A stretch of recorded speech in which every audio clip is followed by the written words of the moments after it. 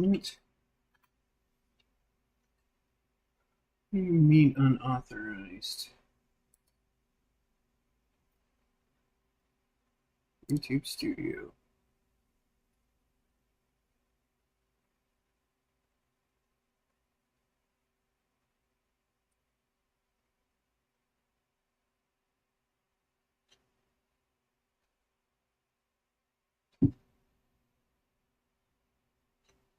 Go live. Yes, use this stream. No, it's not made for kids. Okay, I think we're good now. Alrighty. Now, where the heck is Saren?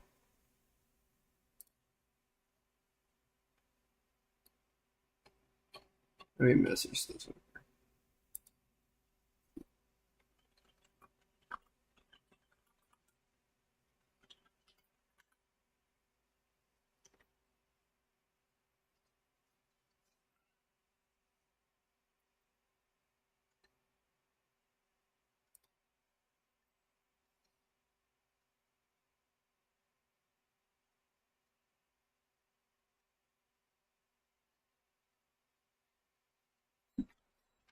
Come on, Saren.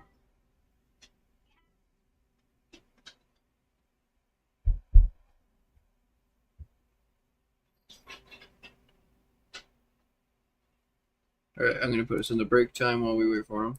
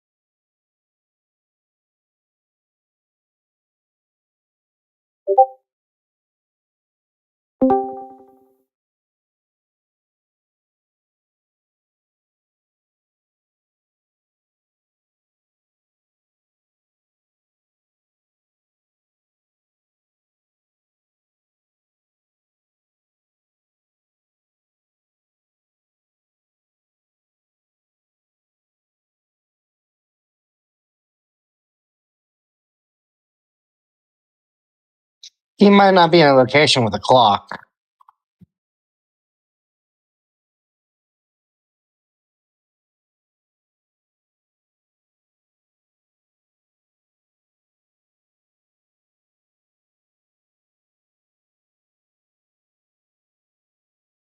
Oh Jesus! I mean, I'm down to listen to bad news, but I'm kind of scared what you got planned for me.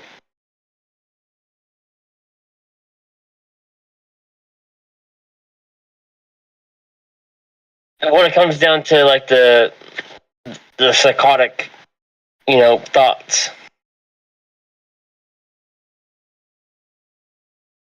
But I'm also down to kind of play into more of my disadvantages as well. I think it'd be always I think it brings it like a different life into like the role play itself. If you get what I'm saying.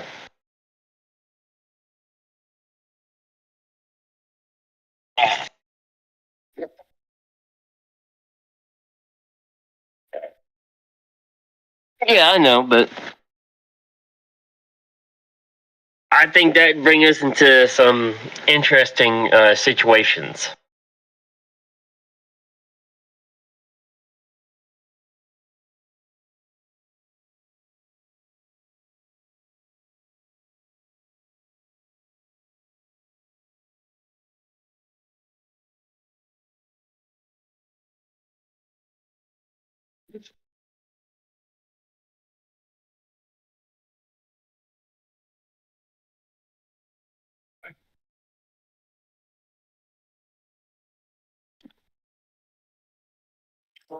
Shit, I almost just died from silverfish. That was so goddamn close. Good thing I had the heal ability.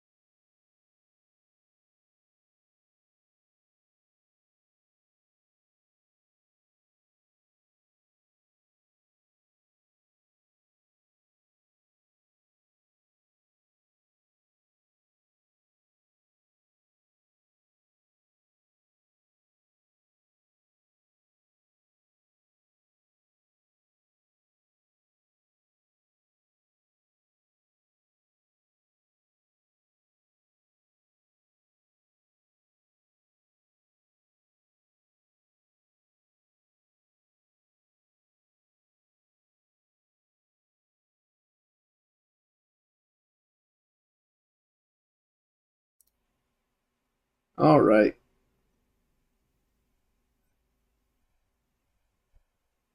No, he's too European to do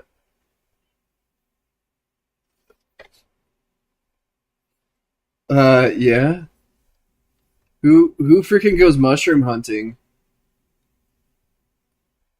Like that's like an unpopular sport, if any, if I've ever heard of one.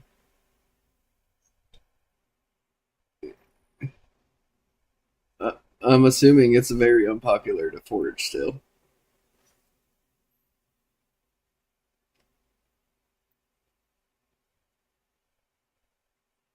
And even people who don't live in cities don't want to go outside.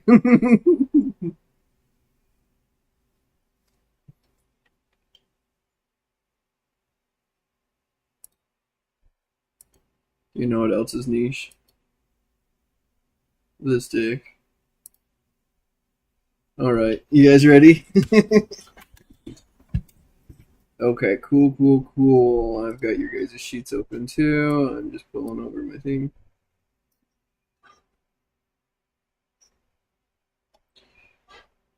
All right. We left off at Montera's turn. The Mecha Wolf had just been destroyed.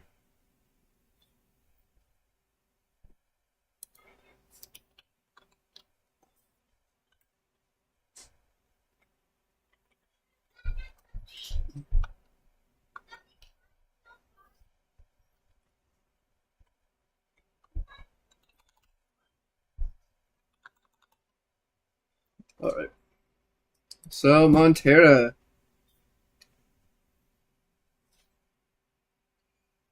So it is up you guys against the big Robo Lizard now.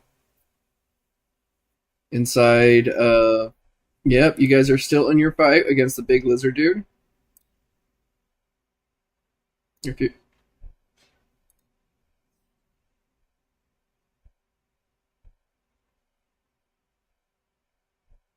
yeah, you moved out of your zone and you're behind. And you're right behind the lizard. The lizard's on the edge of the zone.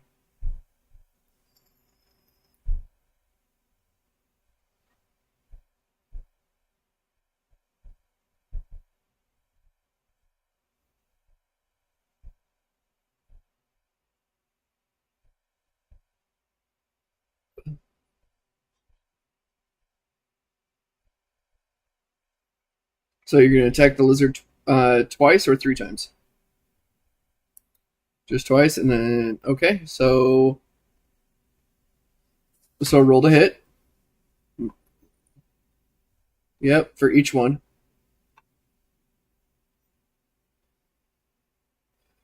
I I'll let it forgo for this battle, but I forgot that you need with extra attack if since you're using two hands and stuff for your extra attack, you need to technically have ambidextrous advantage to not get a modifier. But for the remainder of this battle, I'll let it slide. But future battles, your second attack comes at a -4 modifier because you're not ambidextrous.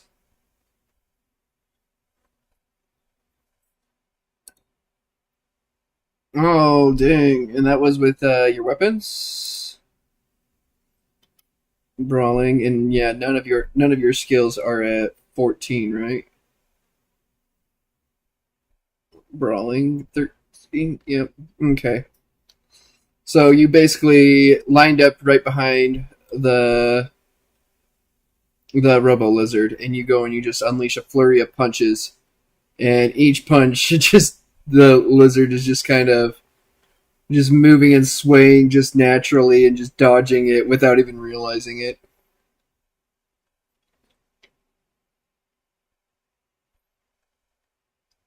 Um, let's see here. What were you doing for your other action since you did an extra attack? Okay, so saving up for dodge. All right. Now it is Prometheus's turn.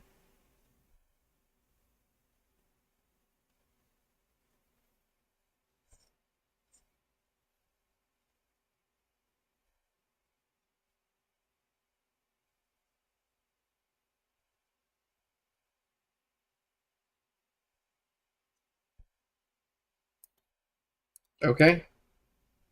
So ignites weapon with magic. All right, and then your fire. I think we said it's only 3 turns, right? Or is it 4 turns?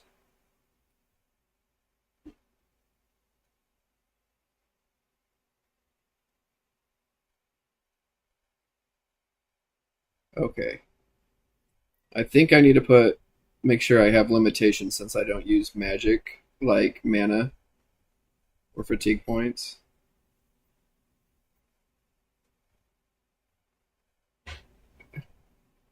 Yeah, that's true. Yeah, that's true too. Yeah, I think that's a good argument. We'll see how it goes and stuff like that. So if it becomes a little overpowered, it might have a cooldown. It might like last for 3 turns and have a cooldown.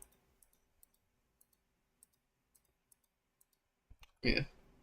All right, so it is now Robo Lizard's turn to attack.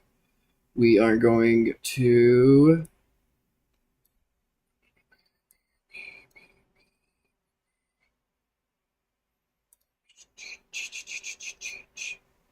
I just have this up so for everybody's reference here, if anyone's watching. I don't mind if they just know what's currently going on because Robo Lizard has a question mark on his total health. So you guys won't know. Ha ha ha ha. Alright, let's go. Dice rolls for the GM. Alright, so we're gonna just do a 1d3 to determine who he's gonna attack. He's going for Montera. Yep. Well, you wait until he attacks for the dodge, because if he crits, you don't get to dodge.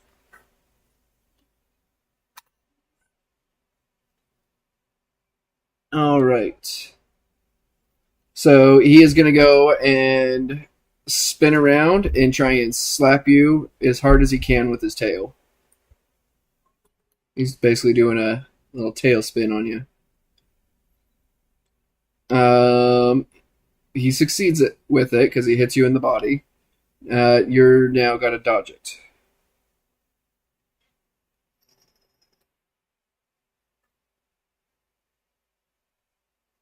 Oh, it's 8 or less. Or I think you have your. Do you have acrobatics?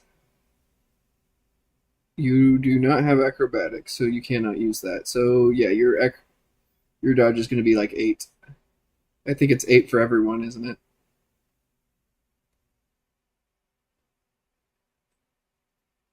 Yeah, I think it's our.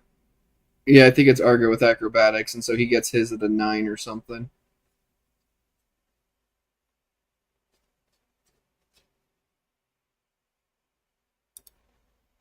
Oh yeah, you're the one with 9. Yeah, Argo can just use acrobatics in general to dodge.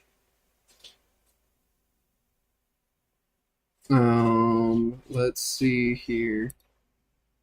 But only if it permits it. Okay, so what'd you roll? 11. So you failed the roll. Failed the dodge. So you go and you see the tail just start spinning. The lizard starts spinning at you, and you see the tail coming at you. And you go to try and jump out of the way, but it catches you just a little bit too late, and it smacks cleanly right into your back and slams you. And for a large mechanical lizard, that slam was pretty dang hard. Let's go and take a look and see what the damage is here. Do do do do do.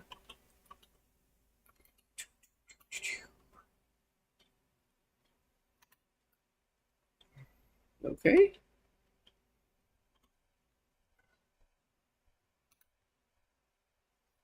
All right. So you take 3 points of damage for the hit, and it's going to go and slam you, and you're going to go basically skidding into the floor with it. So, and you get like 1 point of uh, impact damage, like the after impact, hitting the floor, whatever. So it was 4 points of damage total. You are now down to 3 out of 10. And it is Argo's turn. And Robo Lizard's going to save his dodge.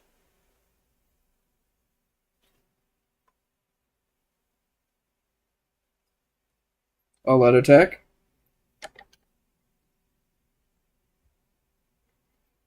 How close are you? You were. What happened to you the last time?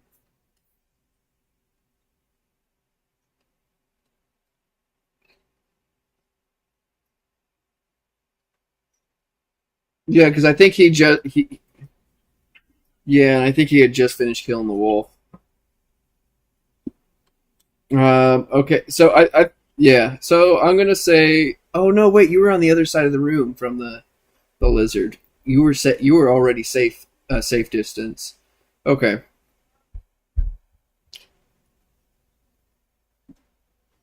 All out attack with the rifle, so you're gonna try and shoot twice. Okay, roll twice.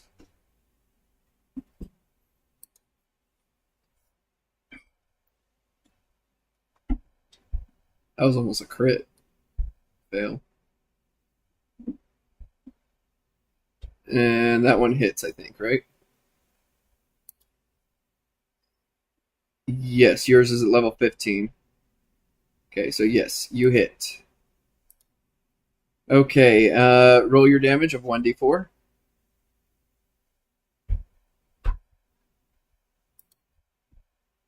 1 damage.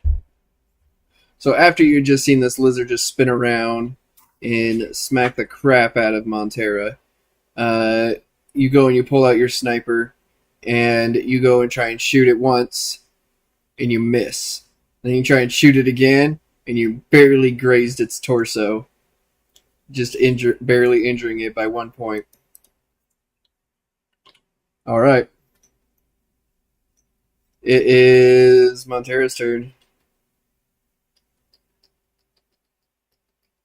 Move and then attack. Yep, you need one full action to stand up because you were knocked prone.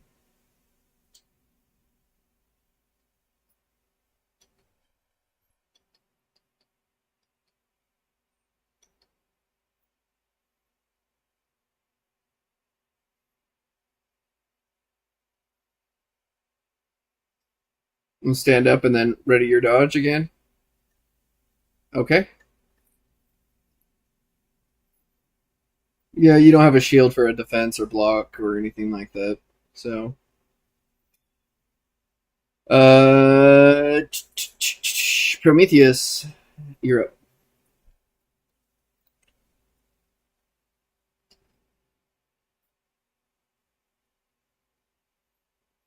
10 feet.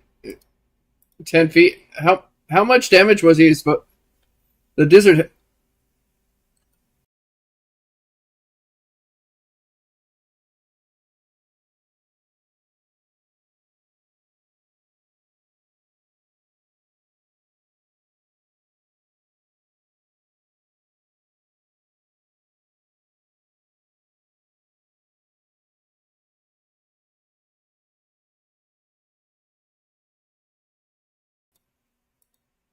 I just realized I was muted this entire GURPS adventure on my stream. Yeah. But give me 1 second. I have to talk to my kid real quick.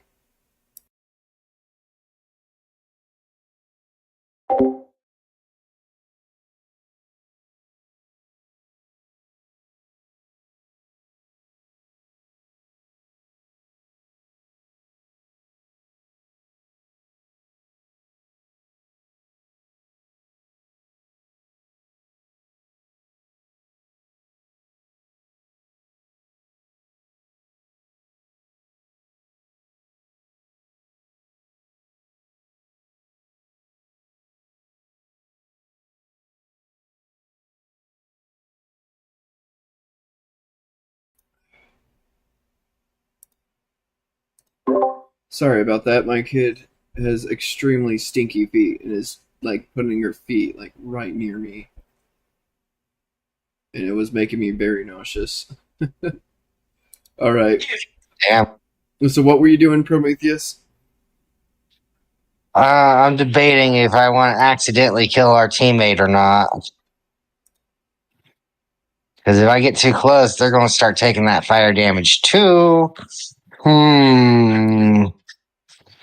You know what? Fuck it. I'm going to move 10 feet to the lizard.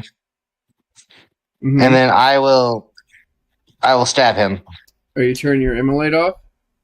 Nope. Okay, well, you've just encompassed My friends, yep, I know. Montera in it. Argo's still out of distance. But Robo, Lizard, and Montero are inside of it now. And you said you're going to try and stab him? Yes. Stab him where? Just a body. Body? So you got a 6? I'm just double checking, make sure that's not a critical for me. Where dagger is +3. Oh, it's so close. What, you have it at 15? Oh, well. Yeah, I got 15, so it's 1d4 plus 1d4.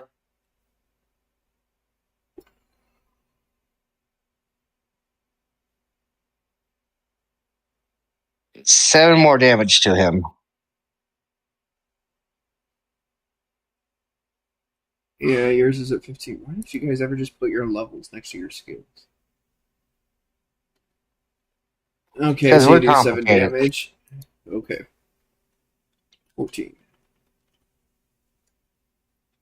And it's just your next attack with that dagger, right? It's 3 attacks that the flames last, is what we said. Okay. All right. Right,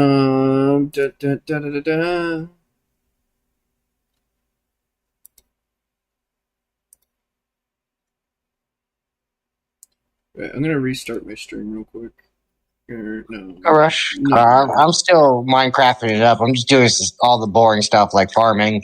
No, it's all right actually. Okay, so it is now Robo Lizard's turn, and he's gonna take. Robo Lizard must take 1d4 damage. Yep, 1d4. Bam. He takes 2 damage. Okay. Let's see, who is he going to attack this time? Do you want to know why your Dark Oak's not growing? Is Dark Oak has to be placed in a 4x4 grid, man. I know. Okay, so he is going to go after Prometheus. All right, and you used all out of you. I used. I moved in an attack. So okay, so you do not have a dodge. Okay, so 3d6. Cool, it makes it. Alright. So the Robo Lizard turns his gaze right over to Prometheus, and he stares down at him and lets out a mighty roar. I need you to roll a will check. If this is a fear effect, I shouldn't be affected. You got unfazable? I have. Yes, I do. Alright, so you are unfazed by his roar. Yeah, you do. You lucky bitch. To be fair, Okay. I'm made of goddamn fire. There's going to be Yeah. very little that's actually going to scare me. And he goes and he takes his tail, and you just see it like kind of like extend, like kind of like a scorpion, and start wrapping around and over the top of his head, and he just juts it down at you like in a stabbing motion. Okay. Straight at your chest. Let's see here.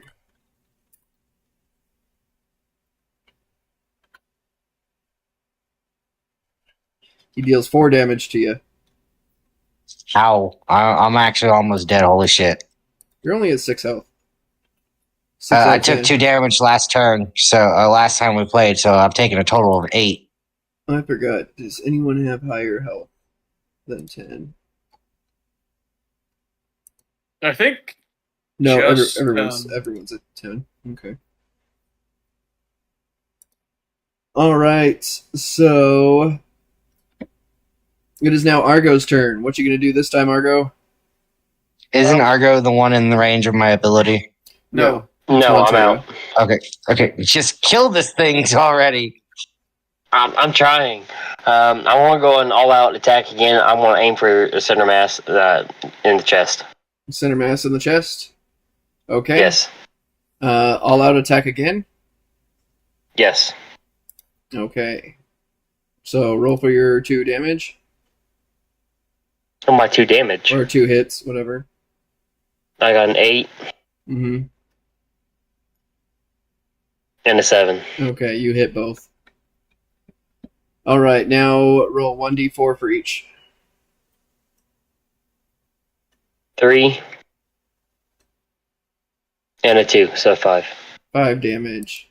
So you go and this time after you missed twice or nearly missed twice with your sniper, you decided that you're going to go and take a moment to actually relax and concentrate your aim and shoot before you shot twice again.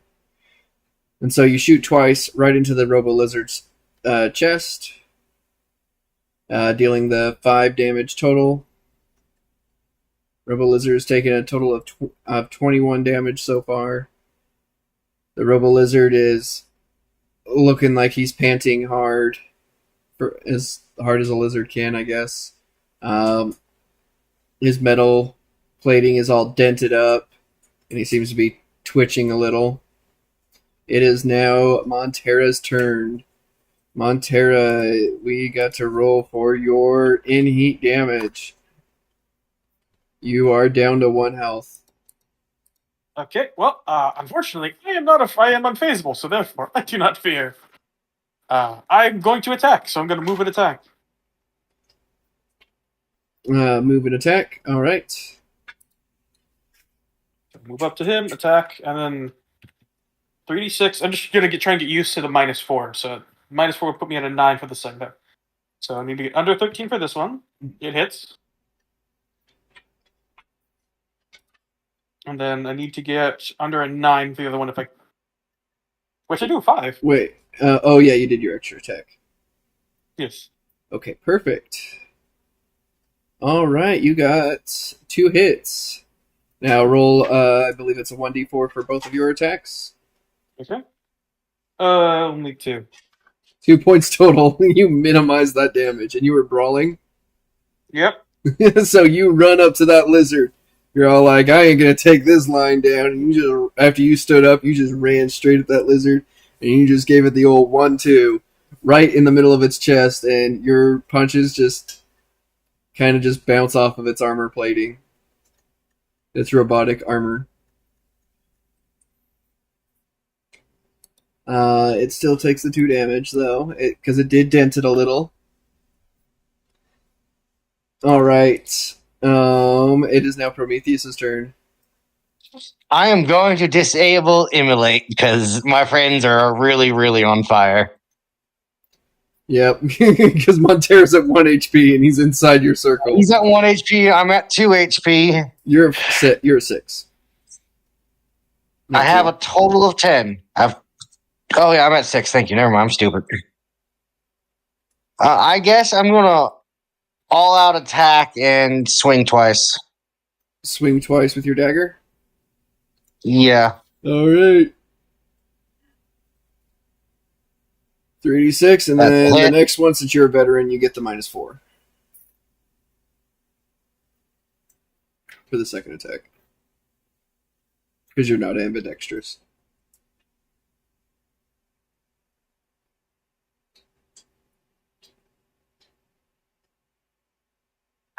They both hit, so that's 44 damage coming up. Oh, no, that's a natural crit on the second one.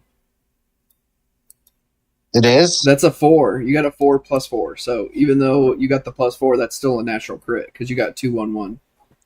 Oh, okay, and crit's double damage, so 6d8 coming up. Or 64s. No.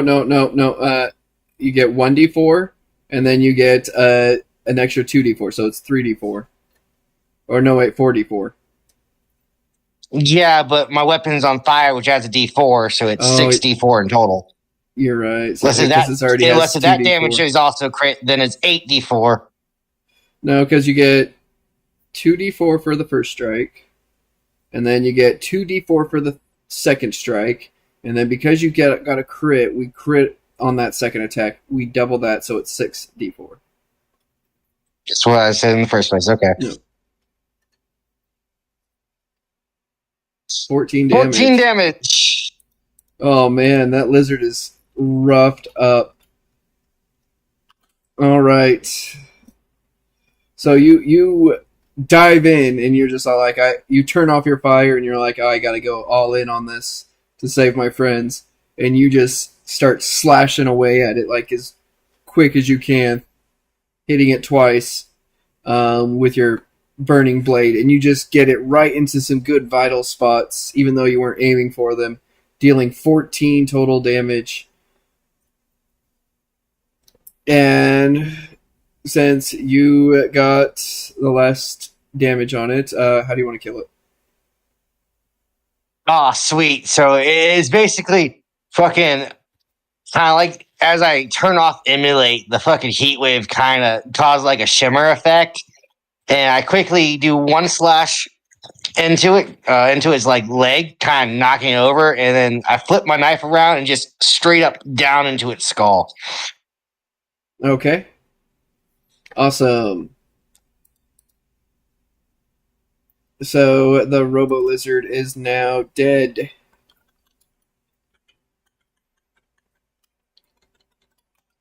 Okay. Now, for the next part. As you stab right into its skull, you notice that its round red eye starts to light up very brightly. And it just keeps glowing brighter until you just notice the entire room is now brightly lit red. What are you going to do? What is everyone going to do? I'd probably cover my eyes, but because I don't really know what to do. I can't see. Okay, Montera covers his eyes. Prometheus and Argo, what are you going to do? Is there like a visible exit? Yes. There's the entrance. There's the entrance you came in, and then there's on the opposite side of the room. There's another entrance. I'll just book to the opposite side of the room. Okay, so you move to the opposite exit. I will follow suit with that opposite exit. Okay, then Montera, you're gonna sit there and cover your eyes. I'm gonna shield my eyes. It's like, is this dangerous? I'm not quite sure. It's just a bright light right now. Is there any sound, like a humming or something? Oh, You notice that after everyone has already moved and you're covering your eyes from this light, yeah, there's a hum starting now, and it's getting louder I'm and going to run louder. away towards the nearest, well, whatever's farthest away from this thing. Okay. Since you did not move immediately, I'm going to roll for this and see. Do you have running or acrobatics or anything like that? I do not. Yep, you do not have nothing that helps you move faster. So, you're going to make it halfway out. Everyone else made it to the exit door. So,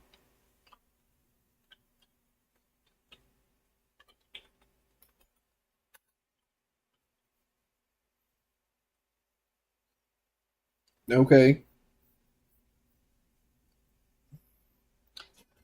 All right. So, it's going to hit, technically. So, just as you are hearing it start getting louder and louder, you go and you take that last minute or last second chance to just go and make a full-on sprint towards the exit door where everyone else is. And as you get halfway there, you just hear the lizard's head just explode. Just yeah, it's just a big explosion. Fire bursting towards you like it's a giant bomb. Let's see here.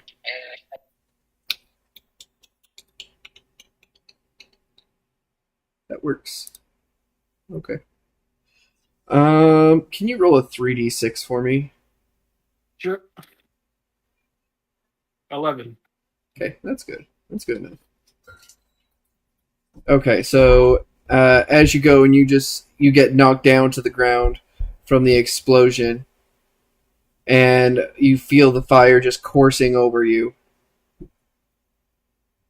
and you turn, and as soon as the fire stops and you stop feeling the heat, you notice that you didn't feel like you were getting burned at all, and you turn around and you sit up, and the whole room is charred black everywhere. Everything is destroyed. Electronics are breaking. The lights are almost completely out. It's just barely lit in there. And all that is in front of you is a small little rabbit. And it just seems to be or like, gosh, I can't think of the right word. Emitting an aura, a bluish aura that kind of just like is going from the rabbit and enveloping you and the rabbit. And then as you look at the rabbit like looks at you, gives you a wink, and then hops through a portal before disappearing completely. I have now discovered that red light and humming is bad. And what the hell do I do with a rabbit going through a portal? I don't know. It was just a rabbit that was going through a portal, and it kind of winked at you.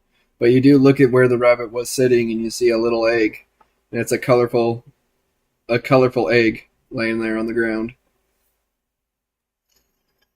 I'm going to approach the egg, though very confused. All right, you're gonna pick up the egg. Yes. All right. So you pick up the egg, and it's very colorful. It's an Easter egg. Uh huh. And you just kind of hold it there for a second, not sure exactly what to do with it. And I'm not going to tell you what you can do with it quite yet. So, what are your guys' next? What's your guys' next step?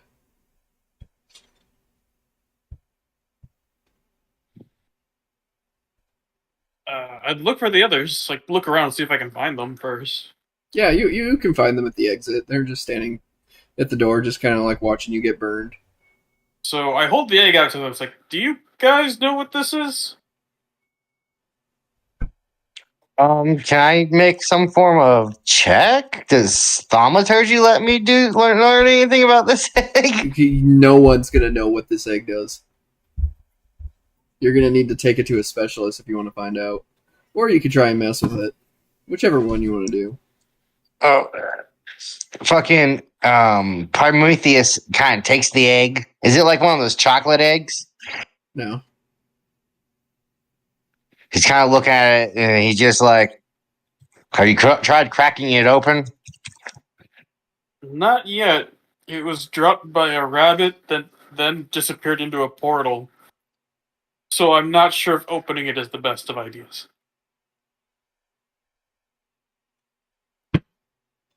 All right. So, let's see here. Argo, I need you to make a roll. Oh. 3d6, I take it. Yep. 5. All right. I'm gonna send you a message.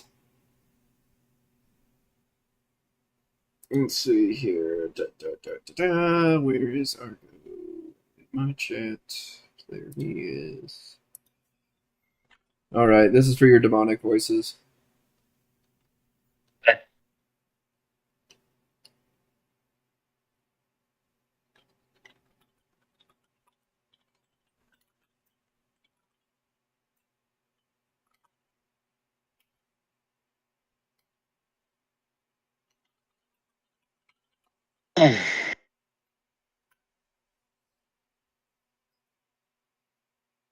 All right, so you can you rolled a 5, so you successfully and very well are able to choose to resist those voices. So it is your choice.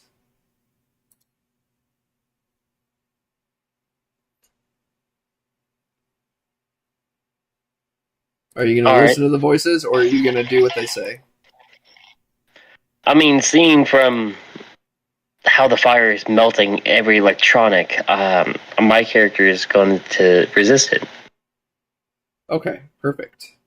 So you resist it. Let's see here. And I'm just gonna check these other ones. Oh, I gotta check this first. Oops, that's not what I want to pull up.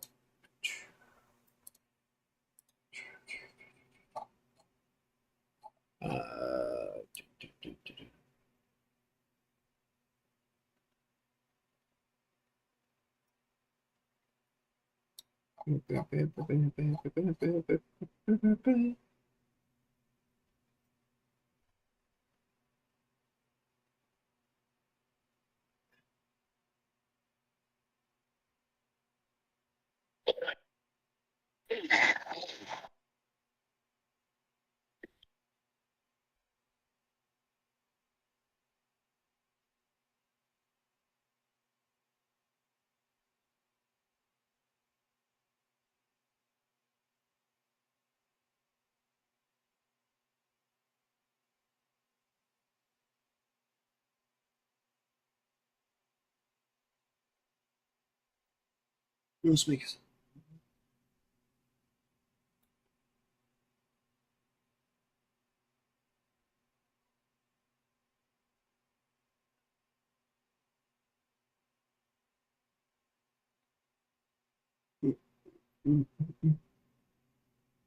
I'm just checking the skills real quick here.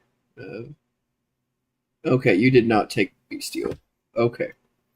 I thought for a second you might have taken it.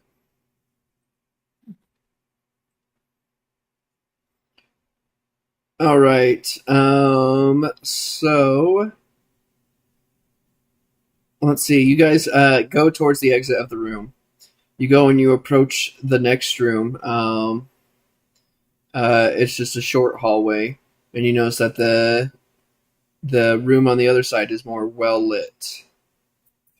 I gotta pull up my photo of this because I can't. I gotta remember how I have my map. 1 second.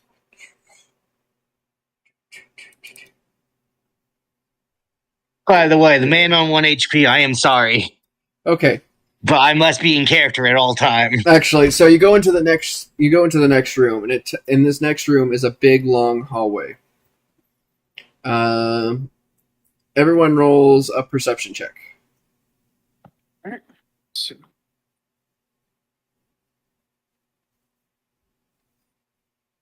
Yeah, I pass.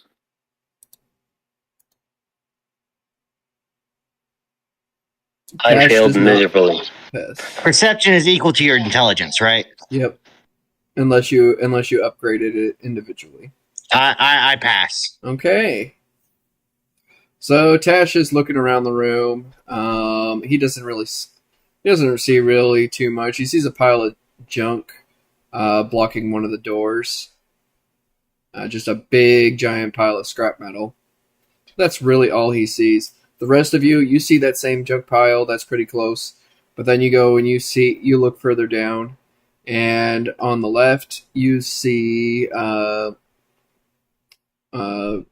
large vent, and on the right you see a large, mechanical machine with like an orb on top.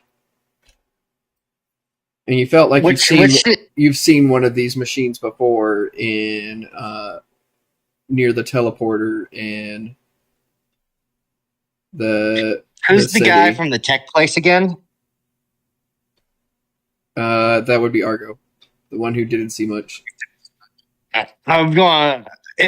Prometheus is going to slap Argo's shoulder, and be like, "What's that tech thing?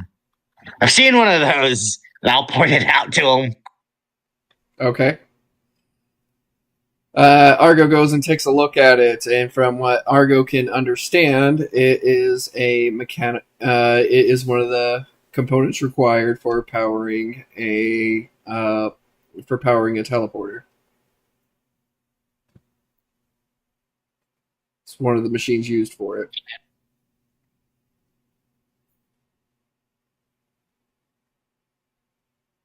So, Ash or Argo, what is going to be your next step with that? Can I roll another perception check and see if any of the components are damaged? Sure.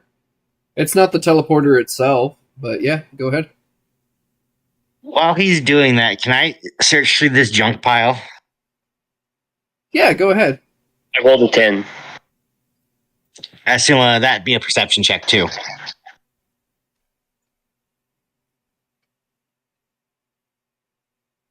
I passed my perception check. Okay, cool. So you look at the pile of scrap metal on the floor. You're going to see various bits and components, like just metal plates, broken wires, rubble, just all in a big scrap pile, just sitting there. But one thing does catch your eye, and it's this big, large mechanical arm that is just kind of just laying there on top of it. I'll take it. All right. So you reach down for the mechanical arm on top of the scrap pile. And that is when you see a weird little face appear right in front of you. Just right above the pile. You're not sure what it is exactly, but it's got a really nasty looking grin on its face. It just looks like kind of like a black shadow. The next thing you know, the black shadow just kind of gets absorbed right into the arm, and the arm reaches out and grabs you, and it flips you over to the other side of the other side of the scrap pile, which is the other room. So you are now in another room, up on the other side of the scrap pile,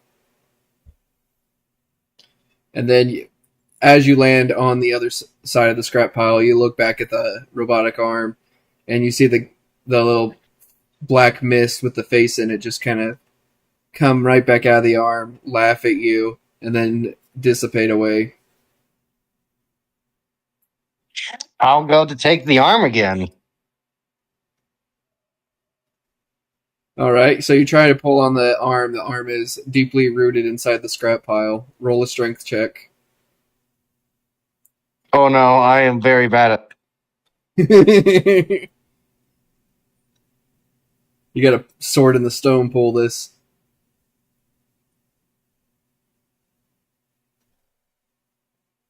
I fail. Yeah, you definitely fail. Okay. So you keep tugging on it with all your might, but that arm seems to be just, from what you can tell, is just deeply rooted deep inside that scrap pile, and there's no way you're going to be able to lift it. Part of the arm even has you convinced that even if it was small enough or not buried, that you wouldn't have the strength to carry it either.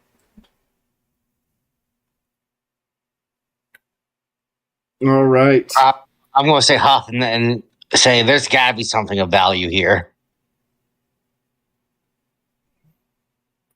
So you can go and continue down the hallway. It is now Tash, but we'll go back to Prometheus, or not Prometheus, Argo and Montero real quick. Yes, I did pass my check, by the way. I rolled a 10. Okay, perfect. Magic. I'm used to magic. I don't know anything about tech.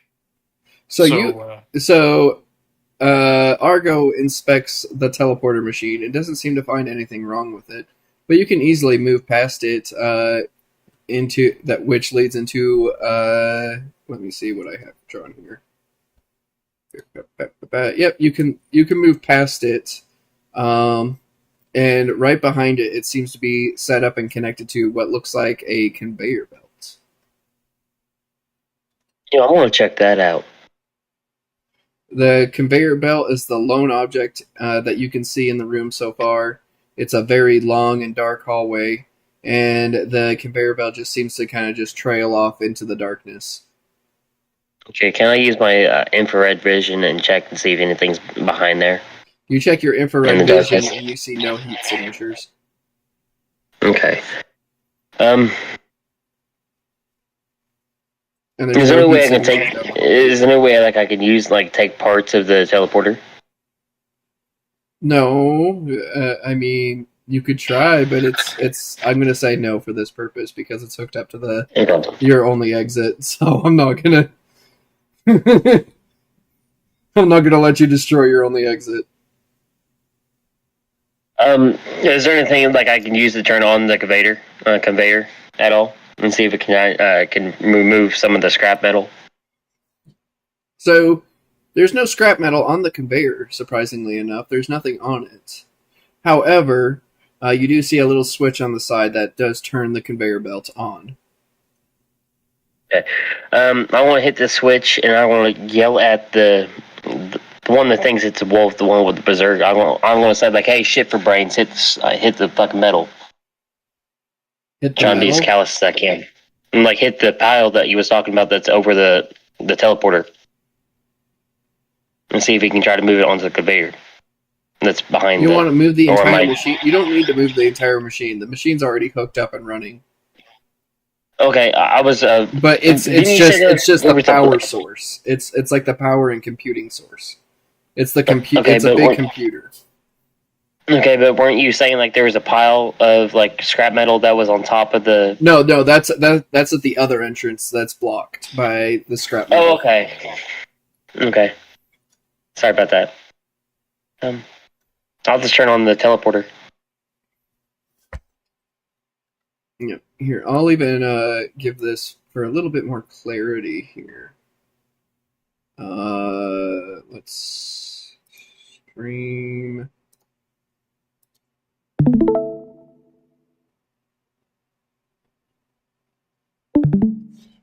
Oh, okay. So this is where you're in. Prometheus got flung into over here, and that scrap metal pile is too high and sharp for anyone to climb. Okay. So Prometheus is over here, and then you and Argo and Montero are over here looking at this, and there's the teleporter right there. The conveyor belt right there. All right. Sorry about that. Where am I at again? You're up here. You got flung by that arm.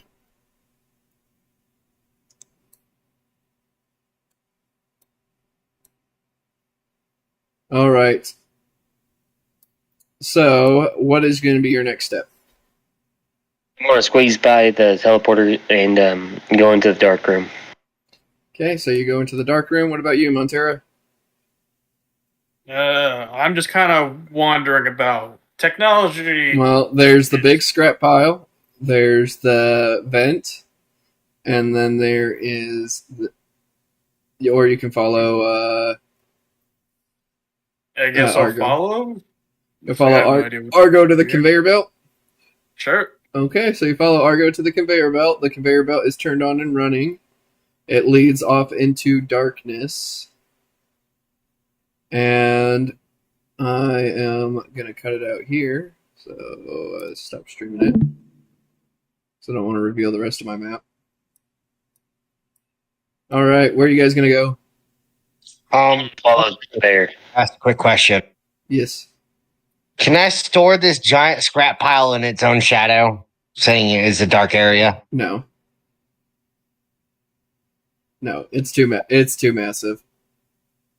Your magic isn't I'm potent. just curious. 'Cause, Your magic's not going to be how- potent enough for that. Okay, not yet, at least. Yeah, not yet. Not something of that size. How hard would it be for me to get over the scrap pile again? You're not going to be able to. Okay.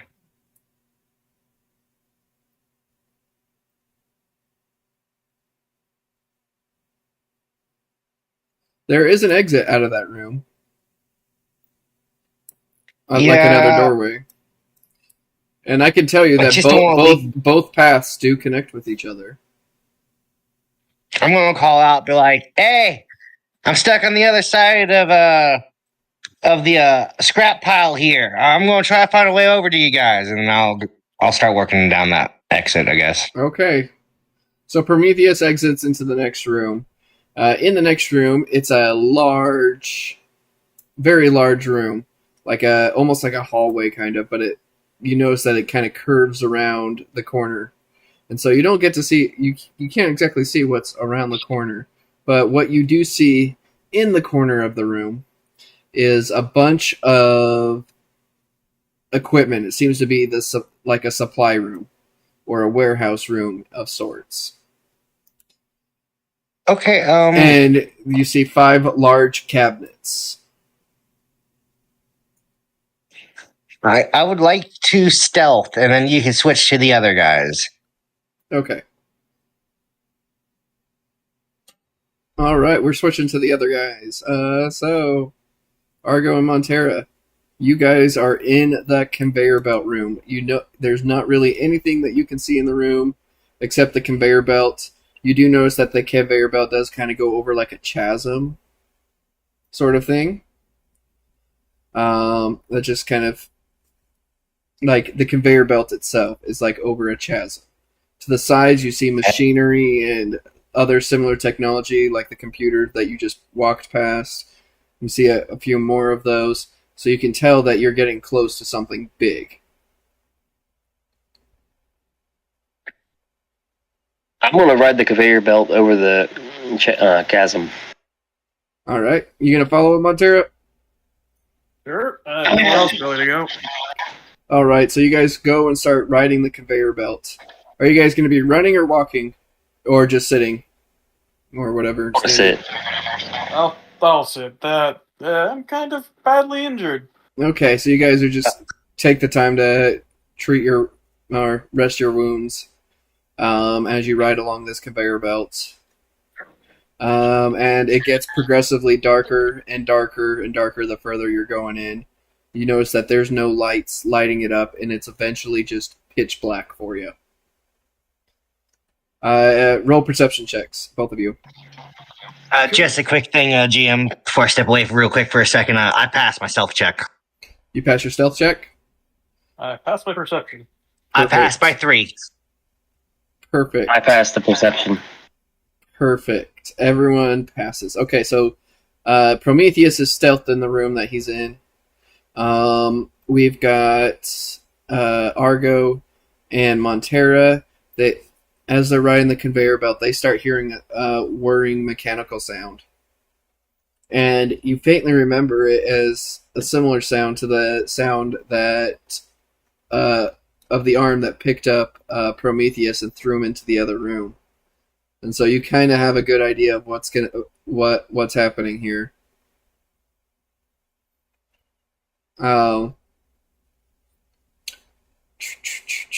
And as you can hear it, you can hear the whirring getting louder. You just hear it go, cool, and then you just hear just, and then just repeats itself over and over again.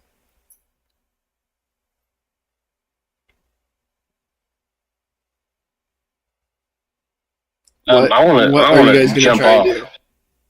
You gonna I jump want, I off want into to the jump chasm? off. Oh shit! How much? I didn't realize it was that if it was over the middle of it or Yeah, approaching your the your end. your So your conveyor belt's strolling over a chasm. There, you can't see the bottom. You couldn't even see the bottom when you were in the light. I'm going to go prone and just try to see if I can avoid it. Okay.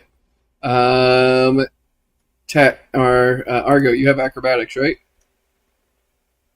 Yes. Oh wait, I also have acrobatics. All right. Roll acrobatics. Oh, Void just left. Void, you're muted.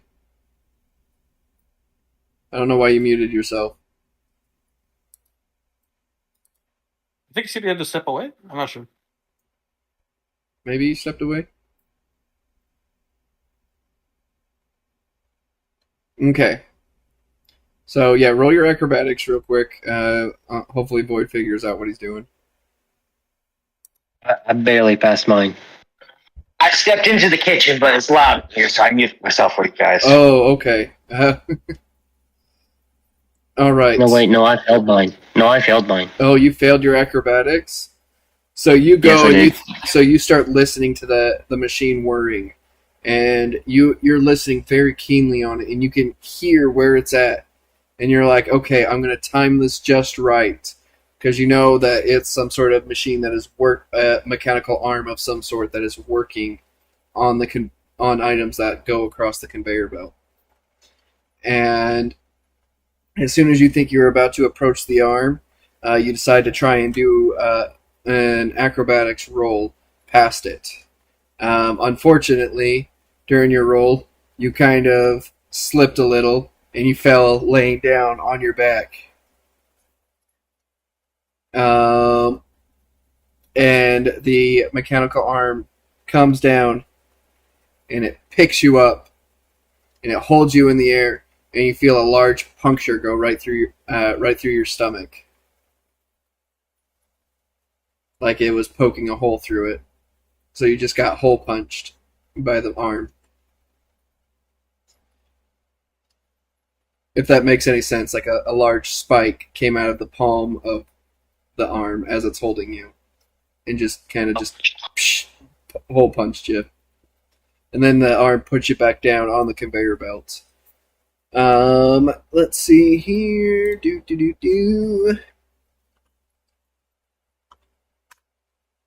You're taking 3 damage.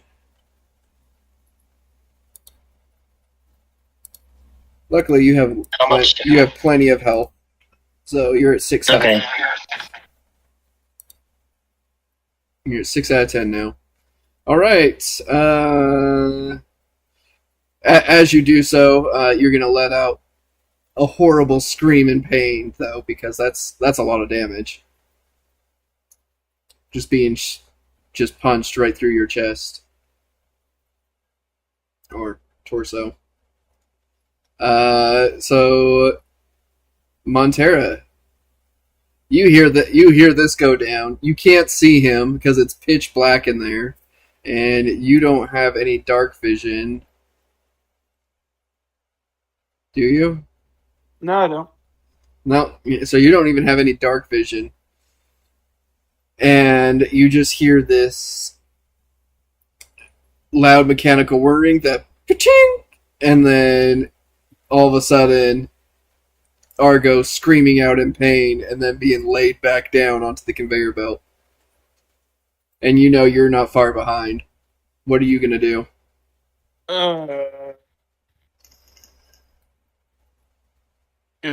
So I'm guessing the only way out would be running behind me.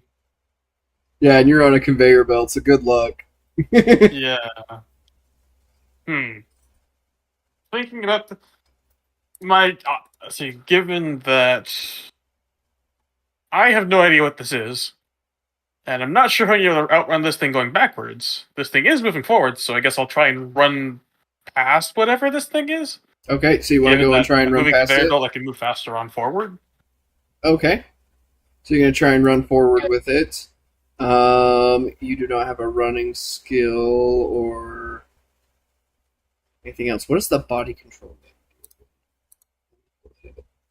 I think it's more for temp body. I think it's like mid-air body control. I'm just going to double check just to make sure it's not something you can use.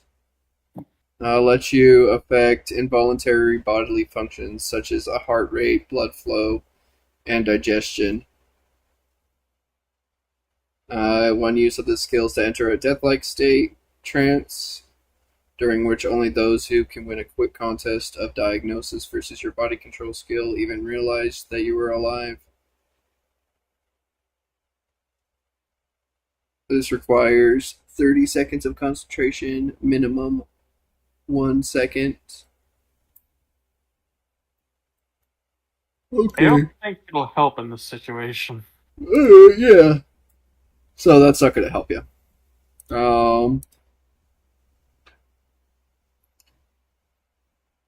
All right. Well, let's see what running is at. I do not have a running skill. Yep, I know, which means, but you're attempting it, so you got to go with the default of what running is for. And that is at health average -5. So HT -5, so you got to get a 5 or better. Nope. Nearly critical fail. Ooh, almost a critical fail? Oh, So 15. it wouldn't even pass an acrobatics either, huh? You Yeah, so you wouldn't failed. pass anything. Okay, so you run through.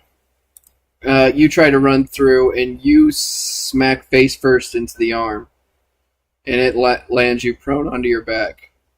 And the arm reaches down and picks you up, lifts you up in the air, and you just hear that dreaded sound, ka-ching, as it just pierces right through your torso as well. All right, let's take a look and see what we got going here. Well, I have 1 health, so it doesn't matter. Well, in GURPS, it does matter. Because you can go up to, so when you fall to 0, you fall unconscious. Or, well, you have to struggle to remain conscious. Once you're at like -5 times your health. No, is it negative? 1 sec. Let me double check that. I think it's -5 times your health. You have to fight to stay alive, and once you're at -10 times your health, you're dead no matter what.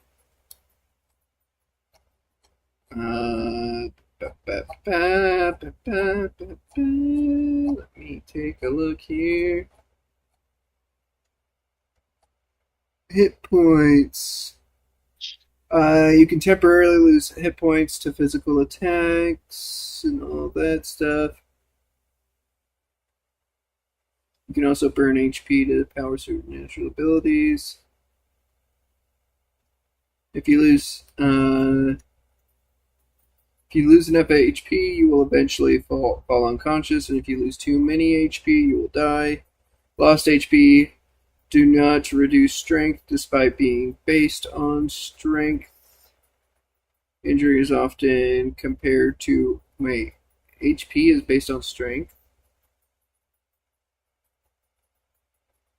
Oh, I've gotten that wrong this entire time, Void Fox. Your HP is equal to your ST, not your HT. So you only have...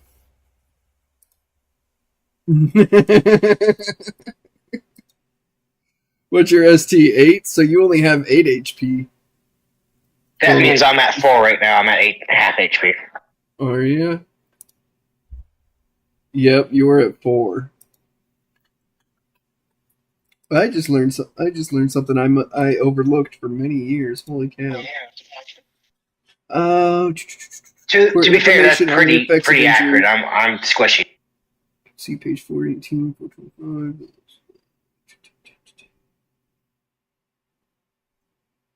Okay.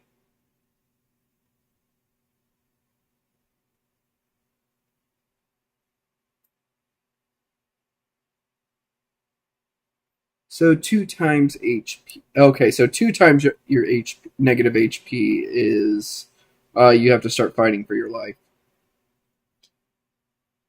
Basically, your death rolls, whatever. So you're still alive, but the pain from it has sent you unconscious.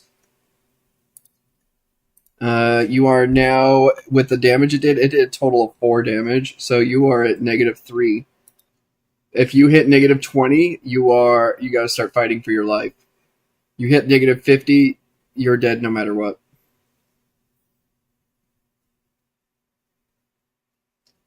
I got a big mixed up. It wasn't 10 times, it's 5 times for death. All right. So as that mechanical arm just pierces through your body, you just scream out in pain, just as Argo did. And as you're letting out that pain, you feel your consciousness slowly fading away. And by the time the arm sets you down right back onto the conveyor belt, everything goes black and dark for you. Argo, make a perception check.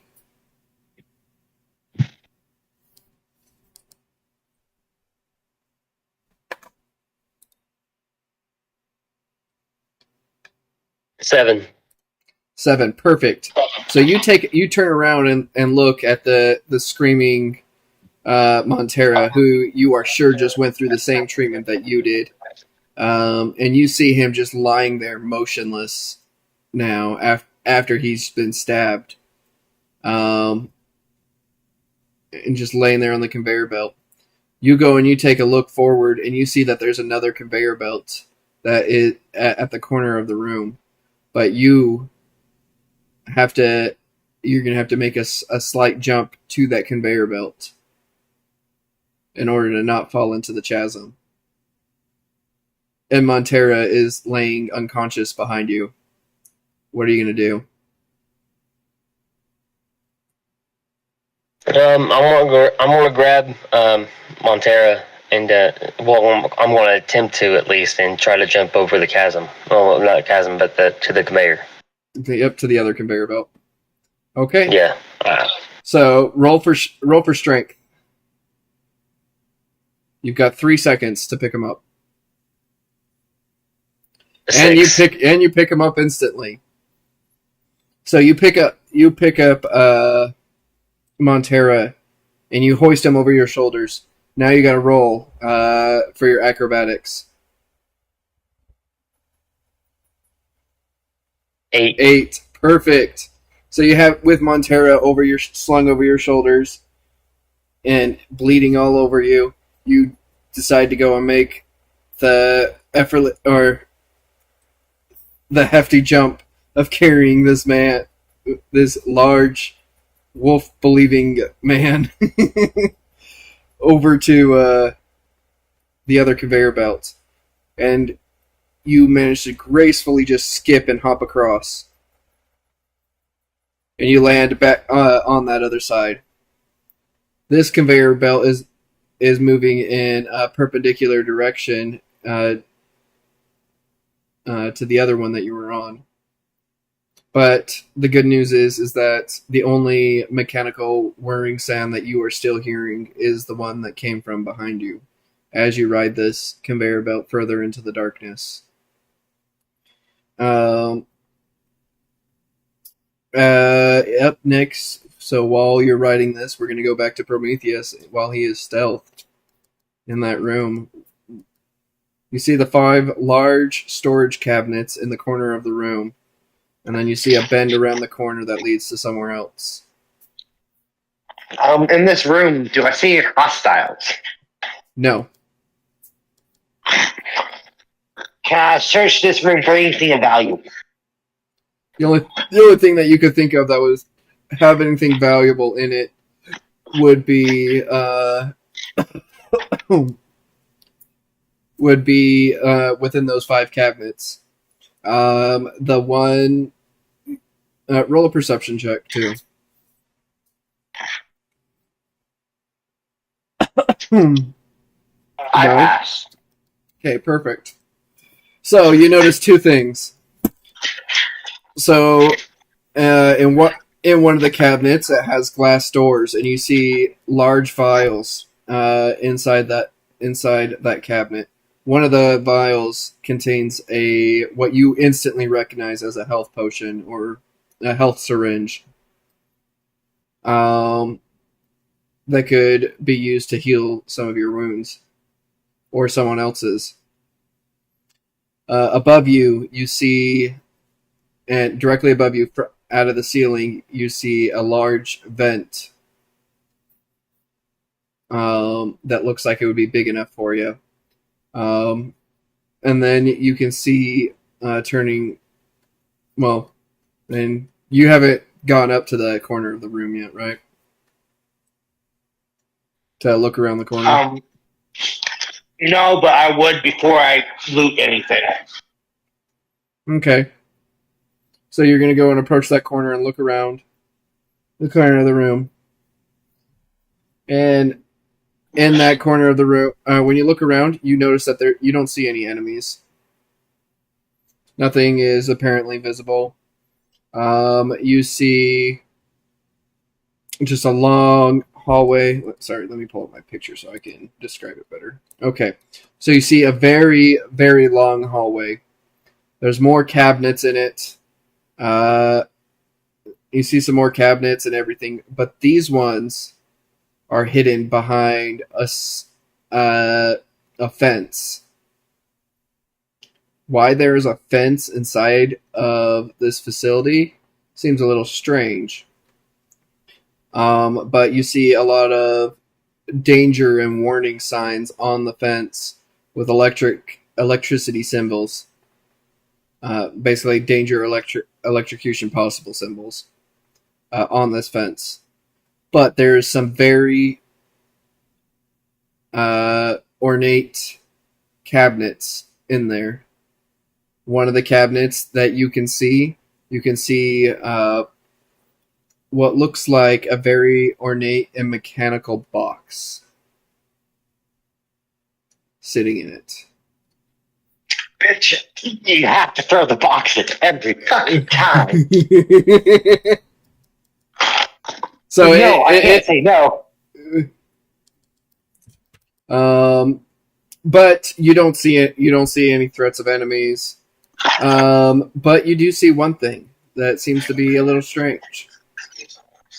Is that you are seeing a bunch of little green lasers just on the bottom of that entire caged room or caged area. And they're Okay. the entire hallway is lit by a single overhead lamp light fixture, I guess you call it. Kind of like a ceiling fan. Oh no. He disappeared. And he's back. Okay, you heard that part, right? Yeah, lasers, bottom of the room. Yeah. Dimly lit. Dimly lit by a single lamp, and that's it. But as far as you can tell, even with your amazing perception skills, you don't see anything. You don't even sense anything.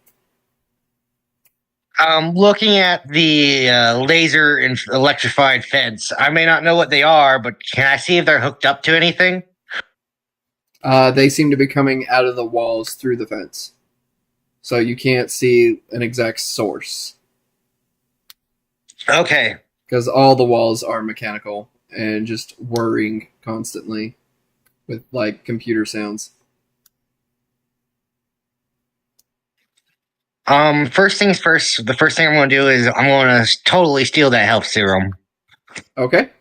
So you go and you pick up a health serum. That health serum will heal 5 HP on whoever it is used on. I shall save it because I know that it may come handy in later. This room in the with the lasers on the grid. Stupid question. Is it like evenly spaced lasers? Yeah, there's kind of like a logical, methodical approach to it. That they are evenly spaced. But as you look a little bit closer, you notice that the lasers are slightly moving, and there's 2 layers to them. Stupid question. Saying I can just remove a light from area and lasers are light. If I use my dark bubble, do the lasers disappear? No, not these lasers. These aren't light lasers. These are I mean, Actual laser. like laser. Like I'm gonna cut you lasers. So they would use heat to cut then. Yes. It's kind of Do like I feel it's like I not could- exactly heat. Like it is a laser that uses heat. Of course, it's going to be heat, but it's such an intensified amount of light that your dark bubble's not going to be able to stop it. Oh, that's fine. I'm made of fire. Do I feel like? Oh, I don't have that ability. Never mind. It will hurt you. I will tell you this. Those lasers will hurt you. Well, why don't you go and touch it and see if it will? I'm at 4 HP. I gotta be careful, but I can't think I could get into that vent. And I really want that box. Roll a So let's see perception what I check. can do. Perception up. Yep.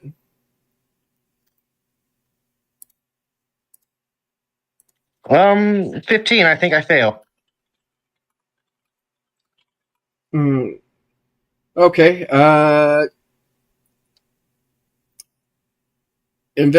So you take a look at the fence and you're just like, okay, maybe not. But then you go and you take a look over at the cabinets again. And when you go and you look at the cabinets, you just see, besides that health elixir shot that you found, there is a bunch of other vials filled with liquids and different things in there. Roll your perception one more time.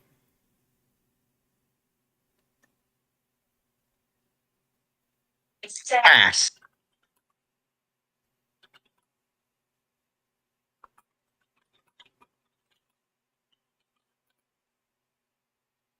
I really hope this one is the important one.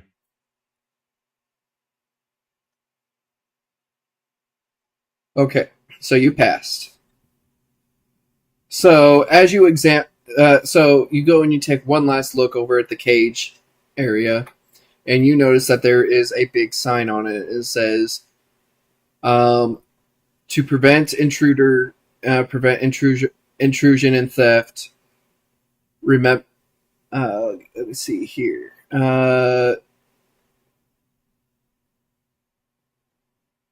Yeah, or it says, "You must be able to, or you must know the answer to this riddle to be able to get through." Okay.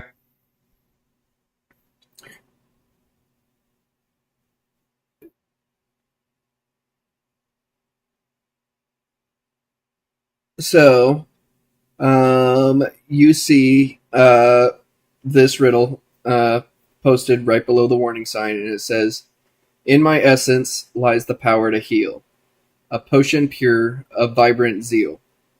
Beneath the earth my roots entwine, to harvest me is to seek the divine. Mix me not with fire's flame, for chaos shall befall the same. With water clear and sky above, a potion of life you shall behove."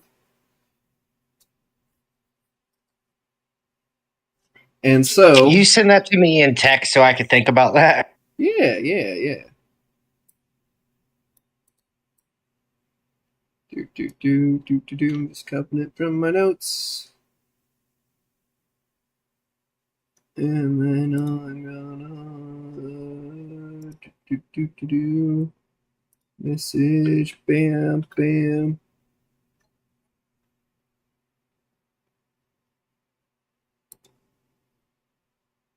Okay. So after you go and you take a look at it, you go and you see. I don't care, Stream Deck. Okay, so in the cabinet, the glass cabinet, you see those 3 vials with liquids in it that I mentioned earlier. The first one you see Yes. is a shimmering blue liquid, and it's pulsating with energy. The second liquid is a murky green substance emitting a noxious odor. The third one is a clear liquid, untouched by color or impurity. It's just completely clear. And then you go and you look over at the other cabinets and you start opening them up.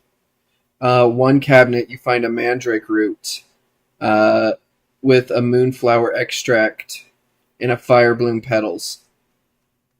The second cabinet, you find the essence of pure sunlight, shadow moss, and a phoenix feather. And then the third one cabinet, you find starlight dew, dragon's blood, and crystallized water. To proceed, you must deduce which ingredients correspond to the riddle and combine them correctly. But you have to choose wisely, because if you fail, you might not like it.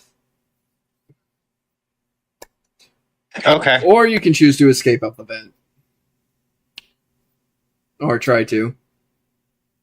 So, first things first, I know I need the mandrake because it's the only root in that whole list of plants you gave me. Yeah. Can I make a intelligence check for some help here? There's two things that you are. Let's see here.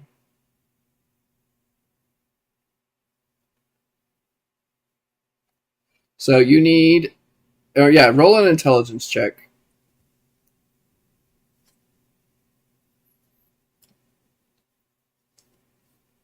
I failed. Fuck. Okay.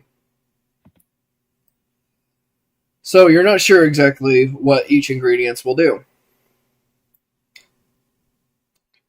But from what you can decipher, how badly did you fail? Is it a bad fail? Only by 2. By 2? Okay. So I will give you a hint as to how to decipher the riddle. But not to the nature of the ingredients. The first part of the riddle is suggests that you are making something that has healing properties.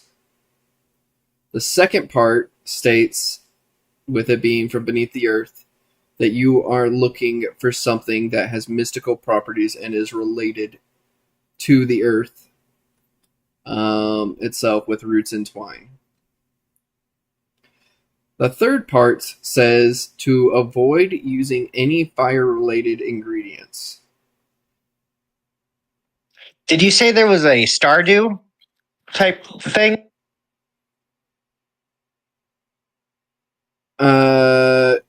With what? It was like a Stardew, you said, right? One of the cabinets does have the third set of cabinets has starlight dew in it, yes. Dragon's blood and crystallized water. And you must use one of the, and you're not using just a whole set from one cabinet. You're able to mix from these different. So I feel like I'm going to need Stardew for Sky Above, the crystal clear water, the Mandrake. What was that? What other violets were in there? There is shimmering blue. Or wait, no, that's the ingredients. Sorry, mandrake root, moonflower extract, and fire bloom petals. Sunlight essence, shadow moss, and phoenix feather. And then starlight dew, dragon's blood, and crystallized water.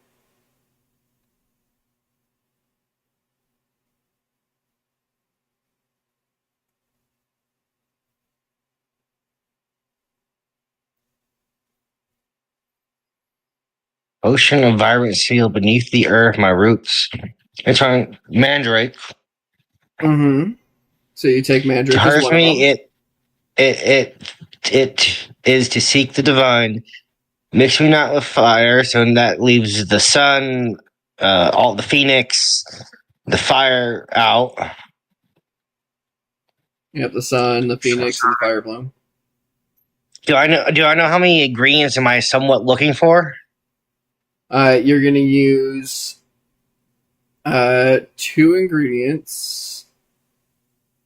2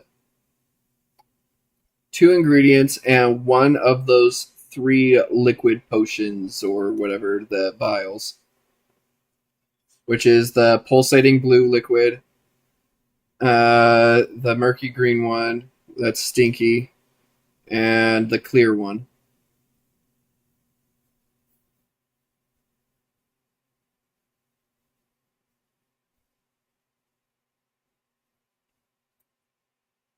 See, I'm pretty sure on everything but these vials.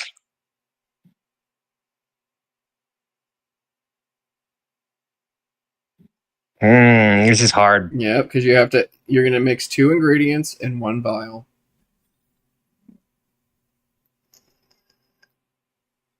Here. I'll even send you the vials so you can look at those.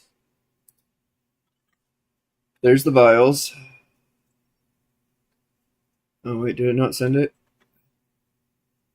Oh, it did. It didn't copy over. Okay, I'm going. I think I have an answer. Okay, what you gonna do? Because I'm going to take the clear one, mix the mandrake and the. Hold up, God! Here we go. There's the ingredient list for you. Can I tell if it's listing in the order that I need to mix things into it? There's no order. You don't need an order specifically. You just need to make sure you mix the right 2 ingredients with the right. Okay, I'm going to do the clear one, the mandrake root, and the stardew. The starlight dew? Yeah. Okay, as you mix those 3 together, you see that the vial starts to bubble and shake, and it starts to get really violent with it shaking, and then it kind of calms down and simmers, and just a puff of little smoke starts rising from it. Hey. Now it's up to you of whether you decide to drink it or not. I drink it. All right, so you drink it. All right. You drink it, and you feel a little tingly for a second. Your Genasi flame body just seems to just crackle a little, and you kind of feel like you're feeling like a little bit of electricity just starting to tingle throughout your body. You don't feel any pain necessarily. In fact, you actually feel pretty good, but you feel like it's not going to last very long. What are you going to do now? Can I rush to get to that box? Yeah, you can definitely try. You need to cut open the fence though, because there's no gate or door. I have a knife. That's fine. Fuck, I could just melt through the fence. I'm made of fire. Okay, so you start melting the fence with your fire, making a little hole, and you step into the cage room. Yep. All right. As you step into the cage room, the green lasers that are sweeping across, and like I said, there's 2 layers, so they're kind of like scissoring across past each other. And the lasers all of a sudden just come in contact with your body, right with your ankles. And you notice that it's not doing anything to you. Fuck yes, I figured it out. I'm rushing for that box. You did figure it out. See, what was the hard part was it was either that crystal clear water or that dew. Mm-hmm. And it had to be this dew for the sky above. Okay. And so you rush over to that box before the potion can run out. And you open up that cabinet and you reach in and you grab the box, I assume, right? Yes. Okay, and you go and grab that box. And the moment your hands touch that box, you notice all the lasers suddenly turn red instead of green. And the lasers start climbing, for some reason, just start climbing their way up the walls, higher and higher, until they start going over to the ceiling. And then they all coalesce somehow onto the light fixture above you. And they all surround the outer circular rim of that light fixture. And then the light fixture drops down, disconnects from the ceiling, and now looks like a floating little UFO with little little lightsaber-like lasers hanging from it. Okay, now I have the box though, right? Yep, you have the box. You have the box now. And you just hear a siren going off coming from this weird lamp laser creature. I don't know how to describe it better than that. A little UFO with lightsabers all around it. Okay, can I make a break for it? Yes, you can. I would like to attempt to run into the room that all the vials in. Can I take when I get into that room? What's going on?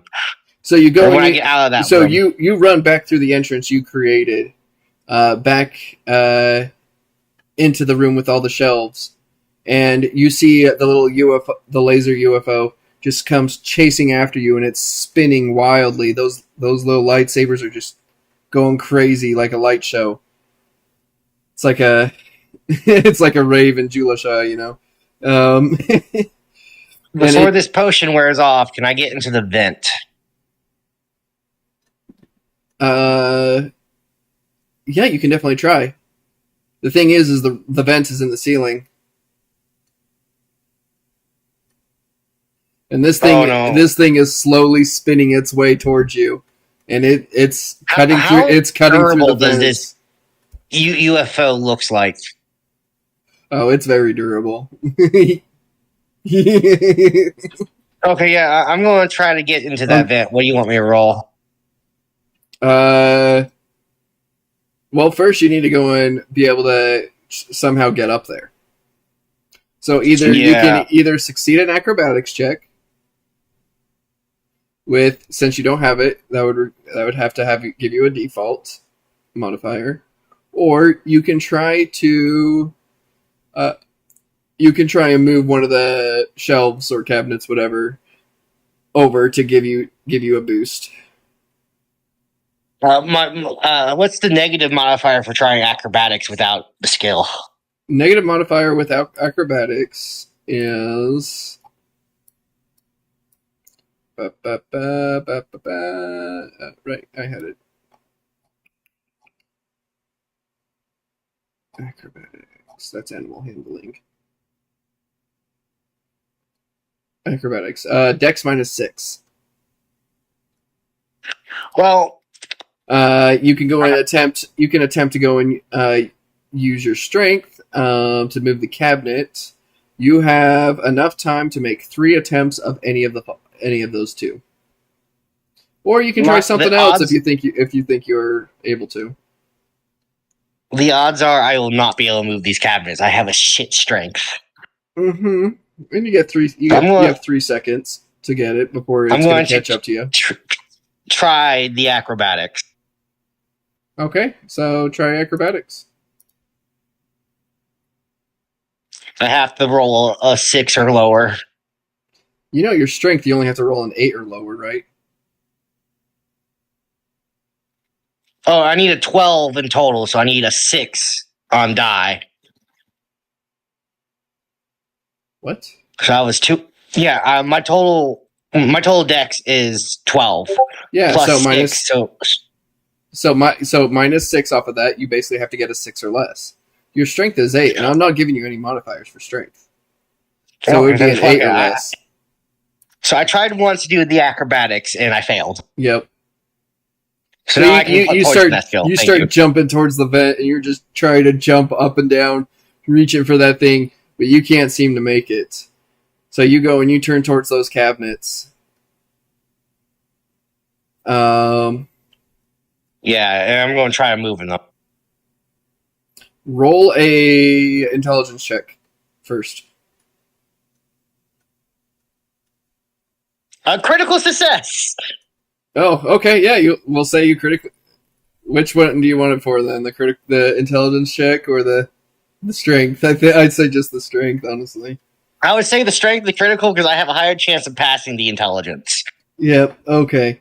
So you critically success with the strength. So after you jumped up repeatedly, and you're just all like, "Oh shit! Oh shit! Oh shit! I'm not gonna make it!" And then you like look back and you see the UFO lasers, and you just see it. It's starting to approach you. It's already grinded its way or chopped its way through the fence, heading straight towards you. It's almost at the shelves, and you pick up one of those shelves and you just fucking chuck it, and it just fucking flips, and like a bottle flip, just flips and lands straight up right underneath the vent. The amount of strength and perfect accuracy of that throw was astounding. And could not have come anytime sooner, because that UFO is now chopping through the other shelves, and so you run to that cabinet, and I'm assuming you run and jump into that vent, right? Oh yeah, you still want me to make the intelligence check? No. As I jump up, I know a lot of these chemicals do not want to be mixed with fire, right? Yeah, that's what I was gonna have you roll over for the intelligence check. I was gonna give you some hints, like, hey, you could probably drink the dragon's blood for extra strength. Can I use my ignite ability to just ignite the chemicals after I'm in the vent? Yeah, you can use your ignite ability on it. I'll do that. And then, like a distraction, I'll ignite the chemicals as I'm fucking army crawling through this vent, like, gotta go. I'm like holding on to my box. I'm like, I'm not giving this up. So you use your ignite ability, and you ignite the phoenix feather that is laying in one of the shelves, and you just notice that the phoenix feather just bursts into flames, and the flames just start spreading throughout the cabinets. And as you see this happening, you just go and decide this is your moment. You hop into that vent, and you start crawling through that vent like crazy, and eventually you pop out onto the other side of the vent. And you're back in that room right before you had gotten thrown over the scrap pile where everyone else was. For the other players, you might not know what this box is, but when he described it, I knew immediately what this box is. This box could give you OP shit, or it could fuck you over. The box of random. And I have Cryptomaniac, and I was just going to say, yeah, I'm just going to choose to fail it here because he would want this box. And so, as you go and you escape into that other room, you just hear a massive explosion happen on the other side of the wall. And all of a sudden, flames just start shooting out of the vent before quickly dying away. And the mechanical whirring of that UFO has completely stopped. I kind of spit on the ground as I yelled at my friend. Shit, what's up, Ficos? Avino, what's up? Are you here to play GURPS with us? No, I'm just here living life. Okay. I hate to ask you, but could we continue to play just us? We're playing. It's like D&D. Damn, Ficos. It's like D&D, man. You're interrupting a D&D. You're interrupting a D&D campaign, man. One sec.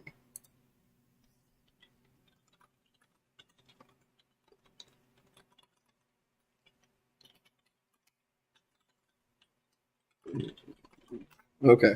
I just don't want him to hate me for saying that. Okay.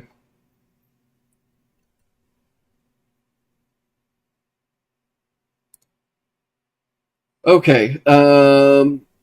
But yes, you realize with the massiveness of that explosion that as much of a fire elemental you are, you would not have survived that. I'm like, I spit on the ground, like, that's what you get for chasing me, bitch. And I'll go look for my allies. All right, perfect.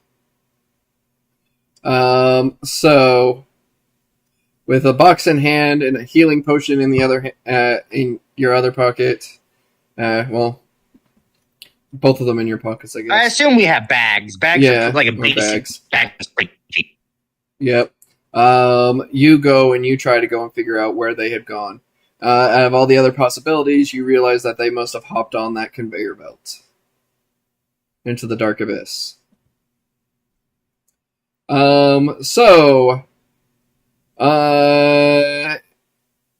unfortunately, we're gonna go to what's his face, Montera and Argo.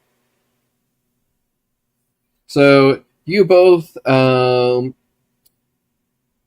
start heading down the remainder of that conveyor belt. That's the word. And and you finally see some light in the room, and the light is just, or it gets brighter and brighter, and finally you can see everything. And the conveyor belt just drops you neatly onto the floor of that room.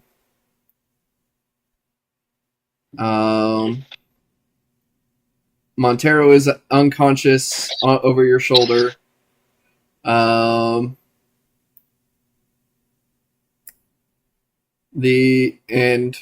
obviously Argo is just standing there. In the room, you're going to see a bunch of large wires and cables and everything all hooking together up to this big machine that's behind a very, like, kind of like those bulletproof glass that you saw before in the city. And you instantly recognize that you have another teleporter box, or little teleporter box room that you can utilize. I want you to roll. First I want Montero. Roll Constitution. Not Constitution. HT. HP. Roll for HT to see if you wake up from unconsciousness. You succeed. Wow, that was pretty good. All right, so you wake up, and I'm assuming you get yourself off of. Yes, I get off his shoulder. All right, now both of you roll perception.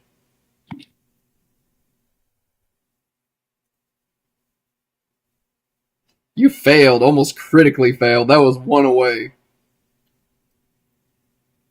Montero. So Montero fails, but Lieutenant Argo passes. So, long before Montera notices, Argo senses like a little bit of a rumbling coming down, and it just seems to be expanding faster and faster towards him. And suddenly, now both of you are going to be feeling it. But before both of you start feeling it, is there any action you want to go and take, Argo? I want to step away from the conveyor belt. Okay, you step away from the conveyor belt. Anything else? I want to just look around the room and see if there's anything that could be of useful by chance. Okay. Useful how? A wall like is something useful. to block any. What was that? I said a wall is technically useful. I need to know like what you're looking for. Like anything to possibly like block or deflect any incoming attack, like any incoming projectiles. Okay. So in the room, you are going to see some large pillars that you could try to hide behind. You have a couple of desks. You have there's one of the big teleporter machines that you saw earlier. Oh, I'm going to stand behind the pillars. Okay, you're gonna stand behind the pillars. What are you gonna do Yeah. when you notice Argo run over and stand behind a pillar, Montera? And you are now starting to feel that rumbling and shaking as well.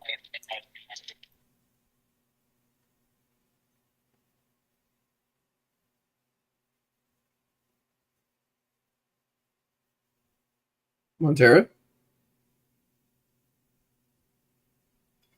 Siren? Siren? I don't know how to say your name.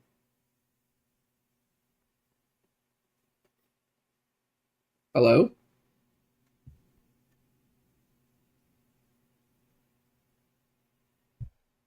Mr. Unconscious Wolf Dude. Or now awake Wolf Dude. Is your mic not working? Okay. Oh, there Internet you went are. out. What? Internet went out for a moment. Oh, okay. Okay, so the room is you feel like the room is shaking that you're in. Down the hallway, you do see that it curves to the left. I should have mentioned that earlier. You see it curving to the left, but you feel that shaking, and there's some objects in the room like desks, pillars, the teleporter machines, stuff like that, and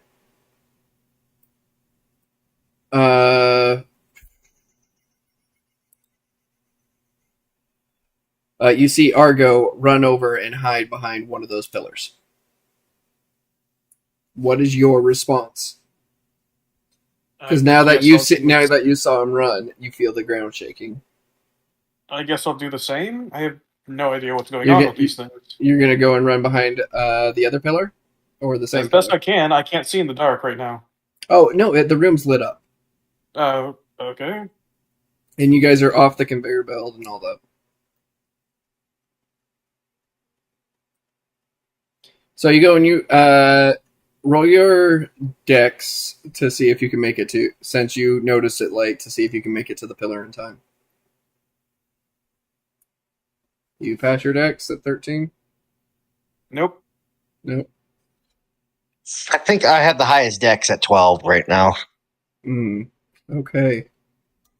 So as you're Argo's hiding behind the pillar, and you start to go and make a dash for the other pillar, and you notice a big stream of just explosive fire just coming around the corner and heading straight towards you guys. Roll one more dex check. I love how like, oh shit. Nope. Fail. Yeah, you start to. So you, as soon as you saw Argo hiding behind the pillar, you're like, "Oh shit!" And you start making a dash to the other pillar, and you slip and fall on your face. Your injuries seem to be causing you to stumble, and just waking up has you a little disoriented. And you look over, and you look up, and you see the fire coming. See this big explosive wall of fire coming at you, and you get back up on your feet and you try and run again, and you immediately slip and fall again. Okay.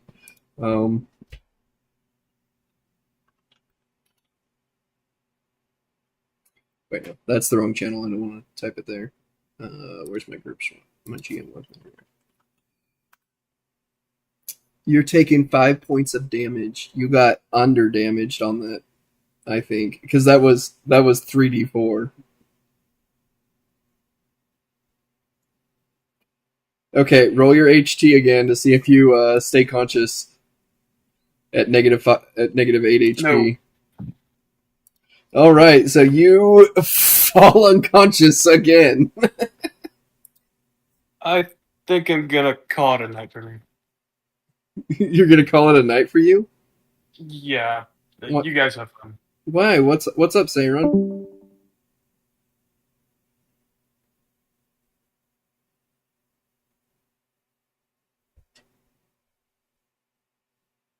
Isn't he having internet problems?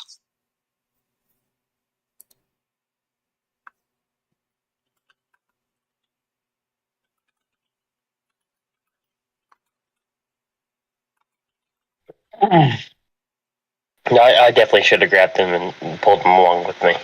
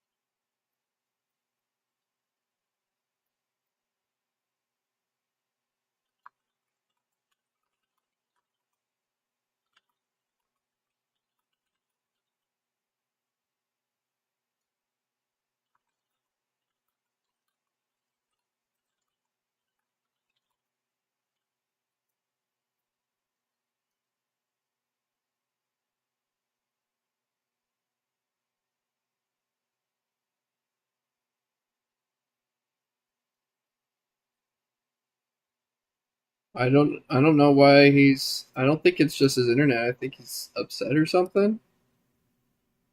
I asked him if he was okay, and he started typing, and then he went on "Do Not Disturb." Yeah, he went offline for me.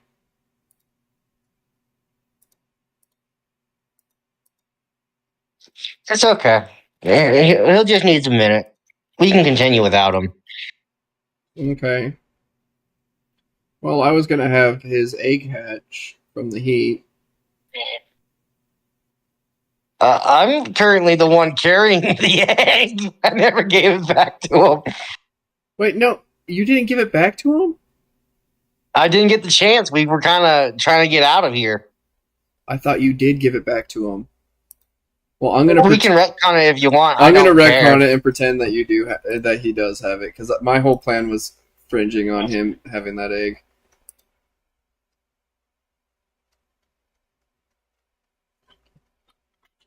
I love how, like, in the long run, the most dangerous part to the party is the one party member made a fire.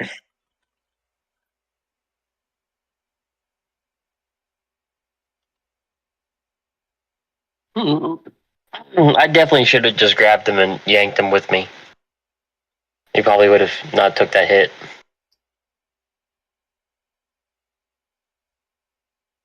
He says he doesn't want to play anymore.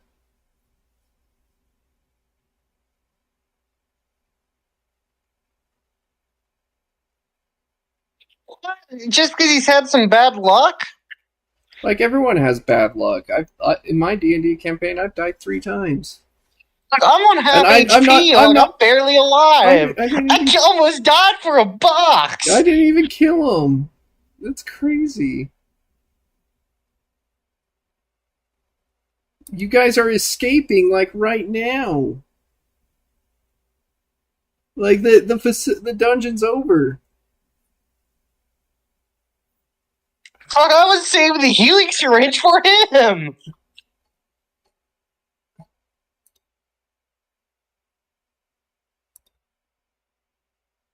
He left the server, too. Oh, guess he's a little crybaby. Yeah. GURPS is a much you live or you die game. I guess he wasn't prepared for that. Yeah, I don't know. I've never seen someone just rage quit a tabletop RPG before. I have. I've done it before, but I only do it when it's appropriate. Like, I try to use a climber kit and it breaks my invisibility. I wasn't intentionally like trying to shit on him. Like, literally, he was like the second one up for these things. I feel like I'm partially to blame for him leaving with my emulate, but to be fair, I was just in character. Yeah. Okay, well. To be honest with you, I think it has been more of me, like having him rage quit. To be honest with you. Like, did I do anything that would have, like, made, that you guys think would have pushed him over the edge? Like, I think him getting hit by the explosion was really what pissed him off. But he needs to, like, he just rolled bad. The dice gods weren't on his favor. It's not like you were killing him. He was just going unconscious. yeah, I even gave him 2 chances with it. Like, I felt bad for the first one, and I gave him a second chance, and he still failed. And so it's like, it's not really my fault at the point. It's the dice. Yeah, it's fine. We can find some way down the road to replace him. You know. Oh well. Losing a party member sucks. It always does. Oh, It does, he but unfollowed me. thankfully it was in the beginning of the campaign, and no one was really invested between characters. Yeah. Okay. And plus, it allows us to bring in another player and diversify the group a little bit more because we were really heavy on the magic front. Yep. Okay.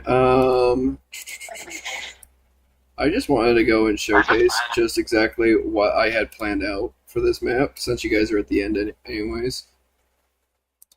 Wait a minute. Well, if he's gone, we can just unretcon the egg, and it can be on the Yeah, fireman. it could be on you again. But it's not hatching for you yet. His natural body heat with the flames anyhow hatched the egg. Okay. Egg anyway. So you see what's going on with this right here.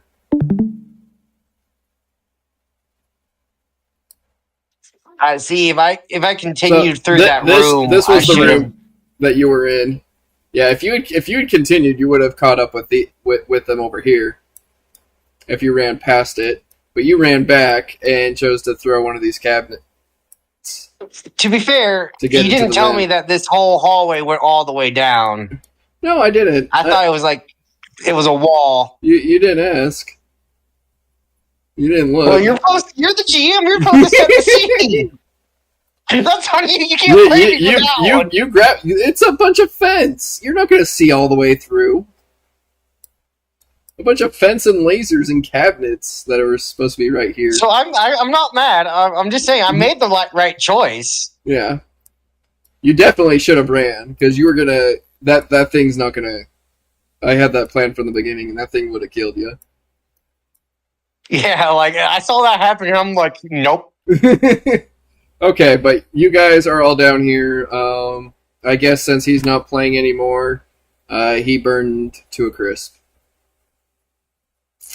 Unless he ever decides to come back, then I might retcon him back in. Weird magnet. Yeah, I jump off the vent. I look at the charred lamp, like, oops, and all I see is him fall into like that little rabbit, and he falls into like a rabbit hole. Yep. There we go. Retcon perfect. Yep. Okay.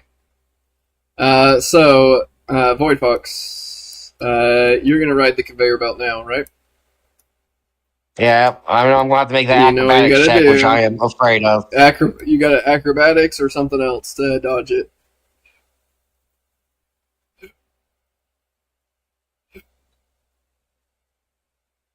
And it's a mechanical Question. thing, so you can't fool it with vision.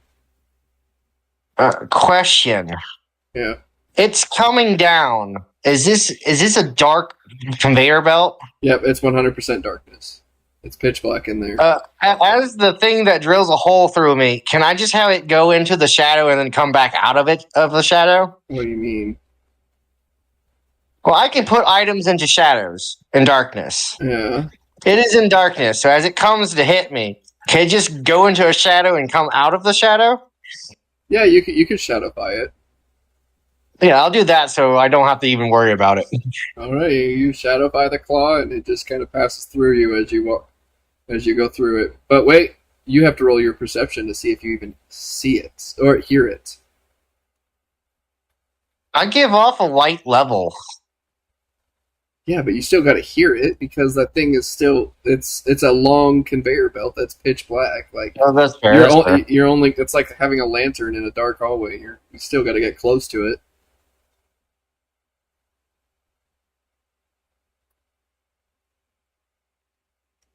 I And you critically succeed. and you critically succeed. You can see and hear that thing in the dim light you're giving off. Just because I can create, I critically exceed it. As it comes near me, I just I snuff myself like a hooded lamp, and I just hold up my hand, and it goes into the shadow, and then it comes out, and I just kind of look like, oh, that would have hurt. Yep. All right, and now you gotta pass an acrobatics or something to jump across, but it's a pretty easy jump, so I'll be forgiving with it. So roll it. I'm just making sure that I don't have anything that's gonna affect me in any way.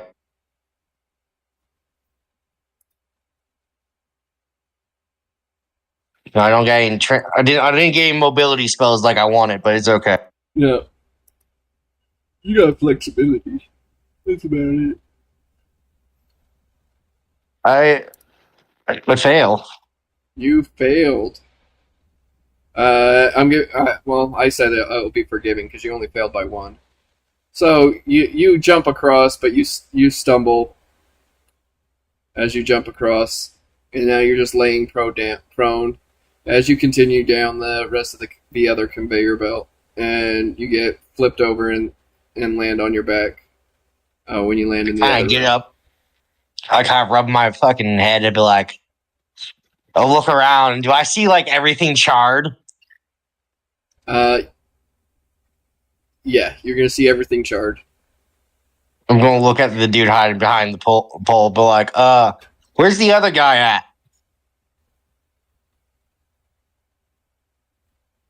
All right, And go. he's gonna look around. We're not gonna see him, so we're just like, I don't know. What's your response to him asking you where the Montero went? Like, do I know? Do I got eyes on the back of my fucking head? Hey, I'm just asking, buddy. Look, it's whatever. Did a fireball come from that way? Once again, I do not want to talk about it. Well, say yes. So this is the end of this building. So he has to be here somewhere, or he escape another way. Okay. So you guys go and continue, and you go up to like the weird pillar thing inside the room. I'm assuming, and and start booting it up. Yeah, I leave that to the science man. As he's booting it up, I'm telling him, okay. So while I was in the other room, I found a healing syringe and this. I hold up the box, and I know what the box it looks like because I've heard this thing described like 6 times. Would you like to describe the box I found to this man? Yeah. So you hold up the box. It's an Oriental box, or not Oriental. It's an ornate metal box. That's the word. Um, the box has many shifting sides, and it seems to just constantly be in motion with gears, metal plates, everything just whirring around in it. And in the center of it, of one of the sides, is a big, large hole about the size that can fit a whole fist through, like a large fist through it.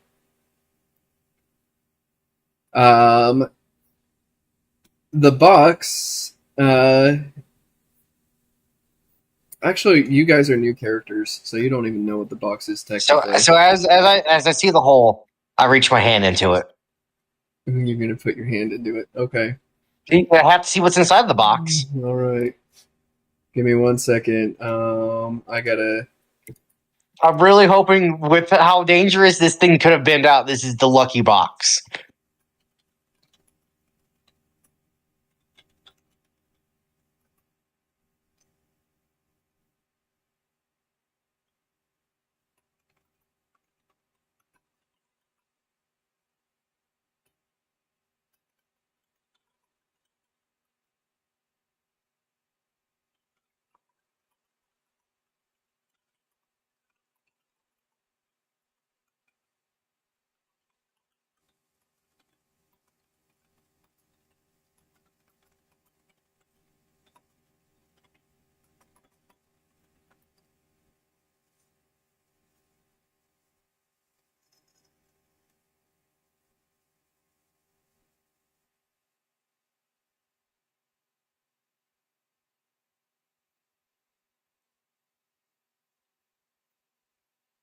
Do do do do do do do do do do do do do.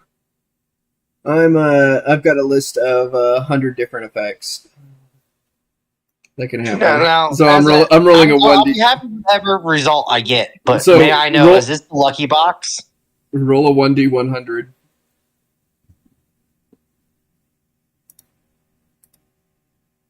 63. Funny enough, that is the first roll I ever did 63. with That's the box. 36. You dyslexic That's what I meant. punk. 36.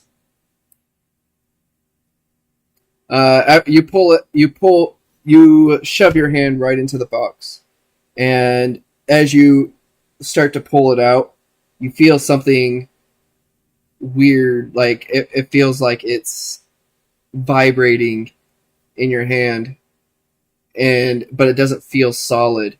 But as you pull it out, you see like this magical green aura just trickling about you, and it gets absorbed into your hand. For the next for the rest of this session and the next session, you temporarily gain the ability to communicate with animals.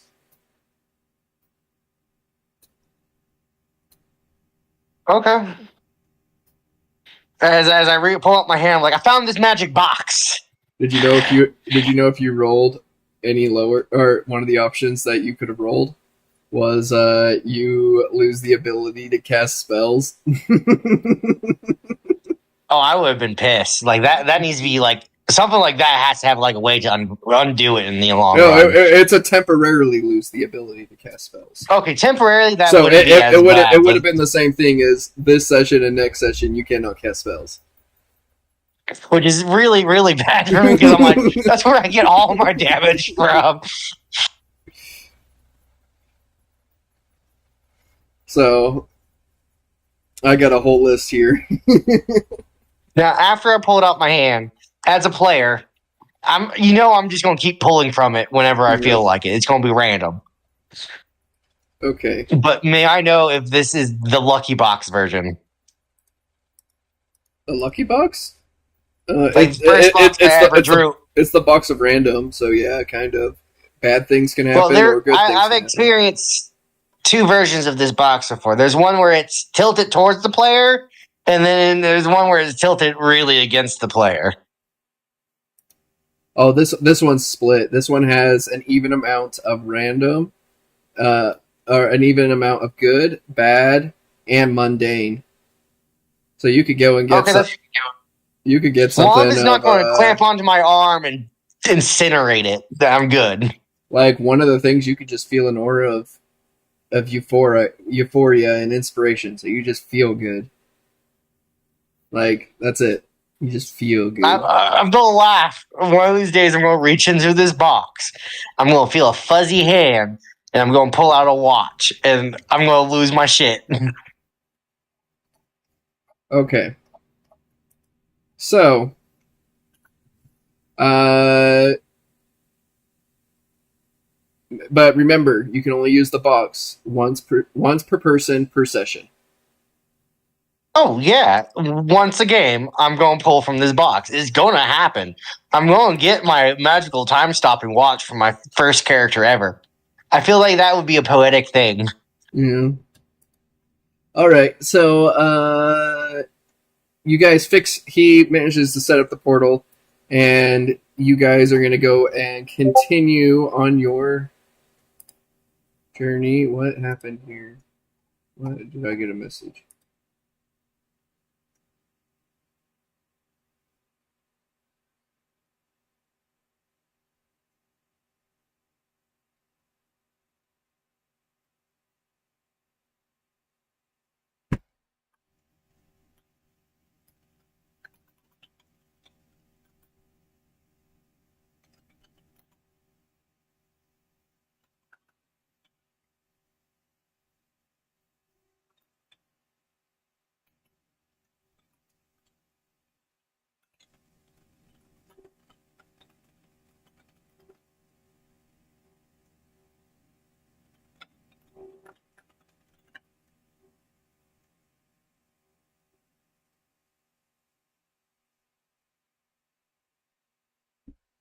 Okay. Sorry. Saren messaged me, and I wanted to respond to him. He's saying that he does not intend to come back. Did he tell you what was the matter? He says he doesn't want to talk about it right now. I didn't think I said anything. I think he's just upset that he had a lot of unlucky rolls. I feel like I'm for somehow part of this whole player left. No, I thought he was doing great. I thought he was doing really good. I did love his character too. Like it Yeah, was like the perfect character. It was a good partner character for mine. Yeah. Now we have range and melee. Yeah. We are going to get the jump on you, crew. We should mention arranged in a weak spell mage or spell fighter. We're going to jump your ass and run the fuck away. Yeah. Okay, so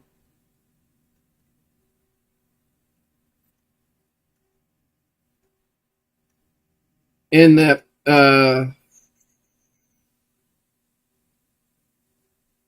so you guys go and you guys proceed through the teleporter. You guys are going to be teleported finally to your destination of Calprog. You finally exit the teleporter after everything just goes black instantly, and then everything slowly fades into vision just like how it did before. But this time, you find yourself still standing in the teleporters, not unconscious this time. And you see just a room full of scientists and others just working at their computers, working with the teleporter as well. And they greet you and say, "Welcome to Calprog. Not many people seem to choose to come here, especially via teleportation channels, but we're glad to have you here in our wonderful city." Quick question. I'm not too technical inclined, my friends. We teleported over here, and then we got teleported into some like abandoned building. Is that normal? They go and they take a look, and they start hooking up some computers and machines up to the teleporter to see exactly where you had teleported from, and they're all like, "That facility that you is like I can see the facility that you teleport from, and we know of this facility. Used to be one of our main bases of operation like 50 years ago, but it hasn't been used in 50 years. There, and that was mainly because some horrible and very unethical scientific experiments were occurring there. And yeah, we ran into those as well. It was not fun. Oh my. Yeah, I heard that. By any chance, because of this mishap, could I get some medical treatment? I am very hurt from trying to survive and get here. Oh, of course. Our best doctors will treat you right away. By the way, did 2 androids arrive before us? They are our personal property. Androids? Yes, we were transporting with 2 of our androids.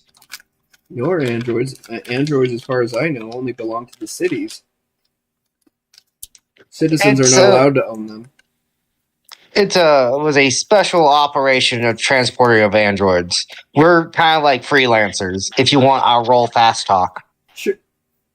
Okay, yeah, roll fast talk. All right. Never mind. Oh, what's up? You got something? I mean, I can just use intimidation since with my character being more I am army. actively lying to these people. I would like to. I never take He's gonna try and deceive them first, and if he can't deceive them, then I succeed. Okay, so you go and you manage to fast talk them. And don't worry, I haven't forgotten about you, Ash, or Argo. So you go and you tell them about how they're your androids and you're a part of a freelancing operation for transporting them. And he's like, okay, yeah, I can understand that. It's a very unusual thing to happen. We don't really see freelancers with androids. It's even still unheard of. But I'll take a look into it for you. And he goes and continues to look through the computer to check the logs with the teleporter and trying to see if anything has come through recently. Because you guys don't know how long it's been since you last teleported. And they sit there and they're like, okay, it looks like we had a couple of androids come through. Like it looks like about 2 weeks ago. I spit out 2 weeks. It's only been a couple hours. Does this thing also travel through time? Well, you guys were unconscious in that facility. I'm looking at my friend. Does he look older? Does he look 2 weeks older? Does he look 2 weeks older? He's like, I don't know what you look like before you came through the teleporter, so I can't even answer that, sir. No, I'm actually looking at my sniper companion because I know what he looked like 2 weeks ago. Oh, does he look 2 weeks older? You can hardly tell. It doesn't. You can't see any major changes or differences. I mean, I still got the gaping hole in the middle of my stomach. Yeah. Oh yeah. You got a gaping hole in your stomach. Yeah, we had a horrible time in that facility. By the way, for some reason, that facility's power was still on. That facility's power was still on. Yeah, several machines were still working. Oh yeah, that's really weird. That's shouldn't have been happening. And how did you guys end up like in such a place? We were trying to teleport here. And so what happened when you got there? We woke up in some vats. I had to melt through mine. By the way, your people did some very fucked up things to many of us supernatural beings, but it's not your fault. I'm just saying that was some fucked up shit. We kind of stumbled around, get ambushed by two cybernetic monsters, a werewolf and a lizard beast. I had to mix a potion not to die. There was some weird press thing that obviously went for my friend, and then there was just random explosions. Random explosions. That sounds a little uncharacteristic for our facilities. They're known to be pretty safe. I don't know, man. Like it's. Hey, as you said, it's pretty strange for them to be working. So that is really strange. And you said you woke up in a vat? A whole vat, yes. And what about him? Did he wake up in a vat too? Yes. No. And we had a friend. Our friend just magically disappeared. Argo did not wake up in a vat. I woke up in a hospital bed with my brain kind of cut into. Oh, no. Oh yeah, and I think he was being hacked. Our other friend who just disappeared before we teleported just was in a vat. Mm-hmm. Interesting. Interesting. So it's like someone such because what you would have just come through a teleporter. So for you to be in those vats or in those positions when you woken up must have meant that you were kept unconscious after teleportation, and placed into those vats and on that table. Yeah, you know how hard it is to drug my people? I am literally made of fire. I don't have blood. I don't know what he could have done. Science is an amazing thing. We've been known to be able to control magical beings with just science alone. I raised an eyebrow. And so he's all like that, but this doesn't make any sense. Why would the facility still be operational? I thought it went down 50 years ago. That's leaving me a little bit more puzzled and concerned. And so He's like, I'm gonna go and take a look into those androids for you. You go rest up. You and your friend go rest up and heal, recover your wounds. We've got some great scientists who can patch you up good as new, even with a big hole in your chest. And so one of the doctors comes by and starts escorting you out of the room, takes you to a healing bay, which has these like large, kind of like a circular vat tubes, but but they're not filled with liquid. You just kind of go inside, and a big scanning lens just comes up and down over you. And as it keeps going up and down over you, you notice that your wounds are just slowly sealing up, and everything seems to be getting back to normal and better. And you guys have fully regenerated your health.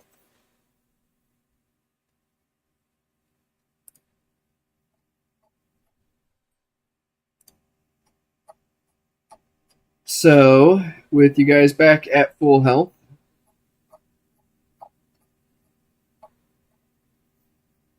As we're chilling in the med bay, I'll offer my friend to reach into the box if he would like.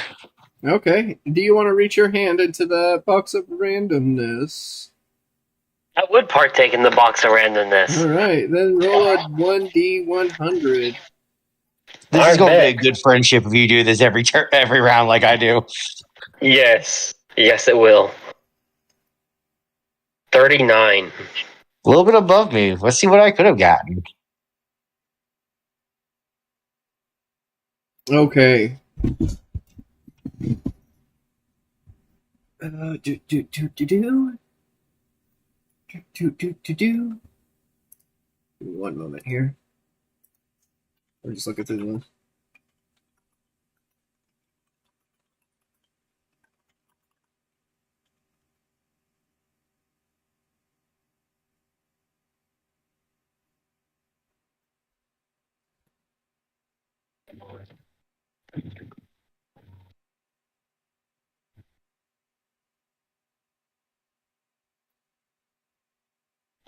All right. So you reach your Lieutenant Argo Herrero slowly puts his hand inside the box, grabbing the first thing that he feels and starts pulling it out. And it seems to have a little bit of a tug to it, but it doesn't seem to have a physical mass either. And he's just pulling it out and pulling it. And finally, he's managed to pull out what looks like a little lightning bolt, a tiny little lightning bolt shape. And it just kind of infuses right into the palm of his hand. And I'm assuming it's your right hand? Yes. Okay, so if the little lightning bolt fuses into the palm of your right hand, and only the palm of your right hand, it doesn't count for fingers, it does not transfer to weapons, but the palm of your right hand now has electricity imbued by the lightning gods into your hand.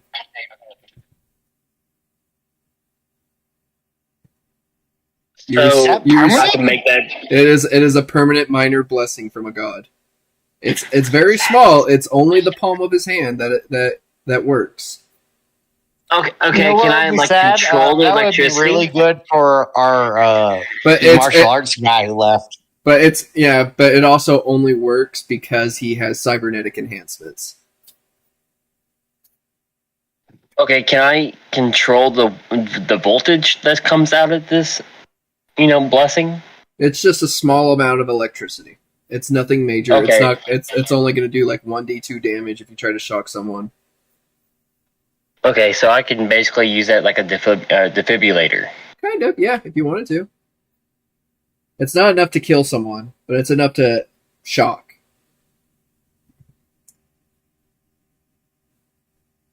Yeah, no, I get that. That's pretty fucking cool. It's just you rolled a minor blessing from a deity. And I tried to think of what would work good for a cyborg, and I thought, hey, lightning deity for a cyborg would be pretty cool. Yes, it would. All right. So do you know how long we're gonna be in those vats? Like in the vats, but in the medical well, bay. you've already healed up with the scanning bets, Okay. and then after that is when you got your little lightning hand thing.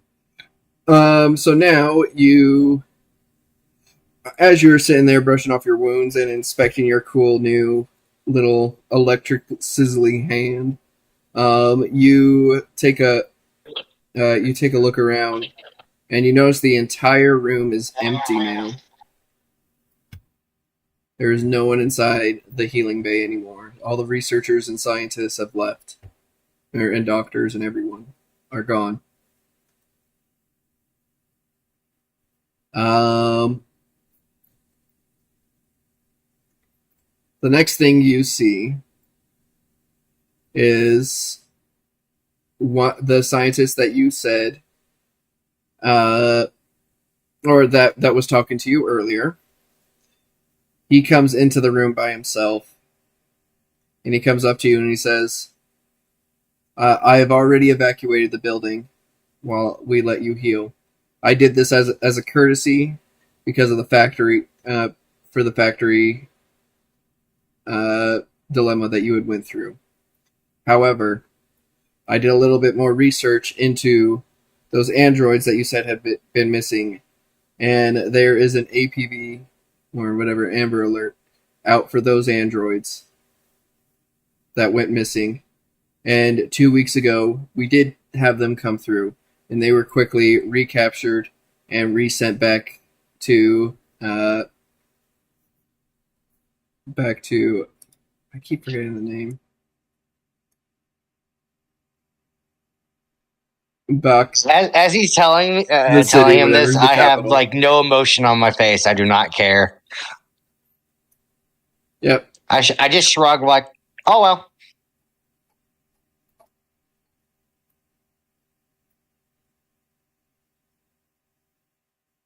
I mean, I would grab the scientist with my left hand and just like pick him up in the air and just like scream at him and like intimidating, using intimidation. It's like where, like, are they okay? Like just like trying to figure out like if the It's like AI androids are okay. yeah. The androids are fine. We had to reprogram them. Yes, we had to reset their programming. But we sent them back. No point in getting rid of some good technological machines.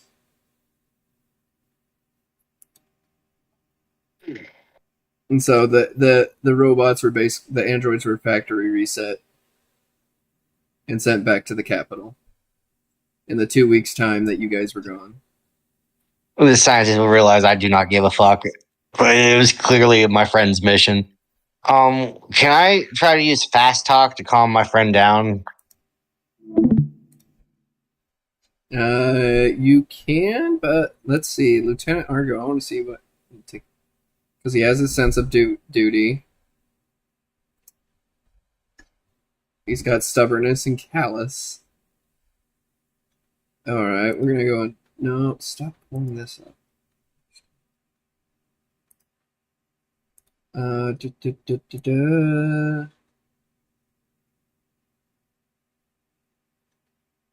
Where is my sense of duty here for you?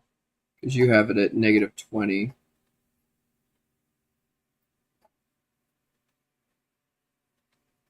So you got all androids. You have a semi-upright posture, like it's no, wait, no, that's semi-upright. You feel a strong sense of commitment. You will not abandon them when they're in trouble, or let them suffer or go hungry if you can help it. If you are known to have a sense of duty, will adjust the reactions of others at 5+2 when rolling to see whether they trust you in a dangerous situation. However, if you go against your sense of duty by acting against the interests of those you are supposed to be looking out for, the GM will penalize you. But you're not being penalized here because you're not acting out of the sense for it.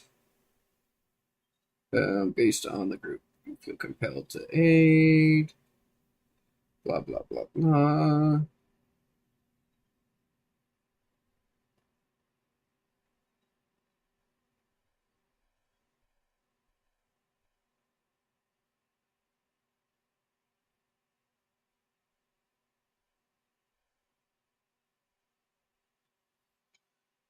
I didn't realize that since duty is often mandatory for GMs. Okay. So, anyways, so yeah, you're gonna be stubborn about it. So yeah, go ahead and try and fast talk him. See if you can out fast talk his stubbornness. I pass by 3. Fast talk is an end skill, right? Yep, it's so you got I passed by 4. you passed by 4. Okay. Argo, roll for your will check to see how much you pass, and you get a +4, or you get basically at 4 easier. So 3d6 plus 4. 3d6 -4. minus 4. Yeah, when it's a positive buff, it's a -4. You got a 7. You pass. You would have I failed. kind of just put my hand on your You would've failed shoulder and I'm without it. like, we did what we could, friend. It's there. At least they didn't get melted. Yeah, at least they didn't get melted. That is true. So please put down the nice man who's, trying to not get himself killed. Yeah. He's just doing his job. He's not. It's not his fault. He's like, Put him down. so as you calm him down, you guys turn back to the scientist, and he's like, well, this is all good and nice and all. He's like, but unfortunately, you guys are now wanted criminals for trying to abduct these androids. You're not freelancers at all. And you tried to lie to me. Of course, those androids came to us for help to escape. He's like, and so I had to resort to no other choice other than to call the city guard and notify them. And they should be here. They should be here soon. He says, I recommend that you stay here quietly and surrender yourself peacefully. Kind of laugh. I look at him. You want to know a secret? Good luck trying to arrest me. I don't exist, friend. I am nothing but a phantom. I look at my friend. I'm like, we need to leave now. Not kill him yet, please. I don't care what you do to this man, but it will slow us down. And I start to leave. Okay. I'll just kill the man by stabbing the photo blade through his chest, going in straight to his brain. Real quick. Okay, well, I was actually typing out your phantom voices was saying. Oh, so we're on the same page. Yeah, great. Good, so you're listening to your phantom voices pretty good. All right, so you go. Well, the most murder happy two are just stuck together. Yeah. So, what are you gonna do to this man? I want to take out my photo blade, basically the lightsaber. I want to take it. I want to shove it up, and ram through his guts into his gullet. Make sure it goes out through his brain, and I'll try to slice him in half as he falls apart on the ground. All right, so you go and you stab him, and you just basically slice him completely in half. There's just blood just spraying everywhere. There's brain matter all over the floor. And the guy's just spewing up whatever blood he can as he just collapses to the floor into a pile of mush. Question, GM, what is this building made of? Because I know we're in the poor district. It is made of steel. Hardened steel.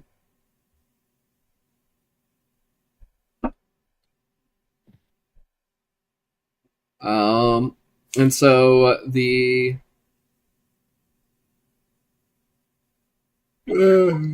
sorry.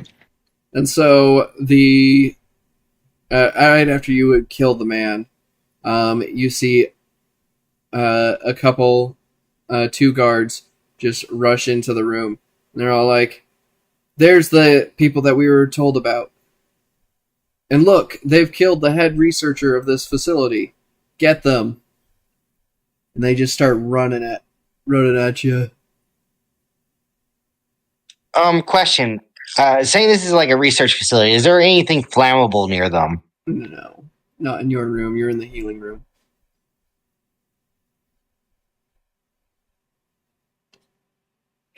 Okay. The Or closest. are they? What? How far away are they? Yeah, No, by chance. the room's pretty big, so they're like 30 feet away.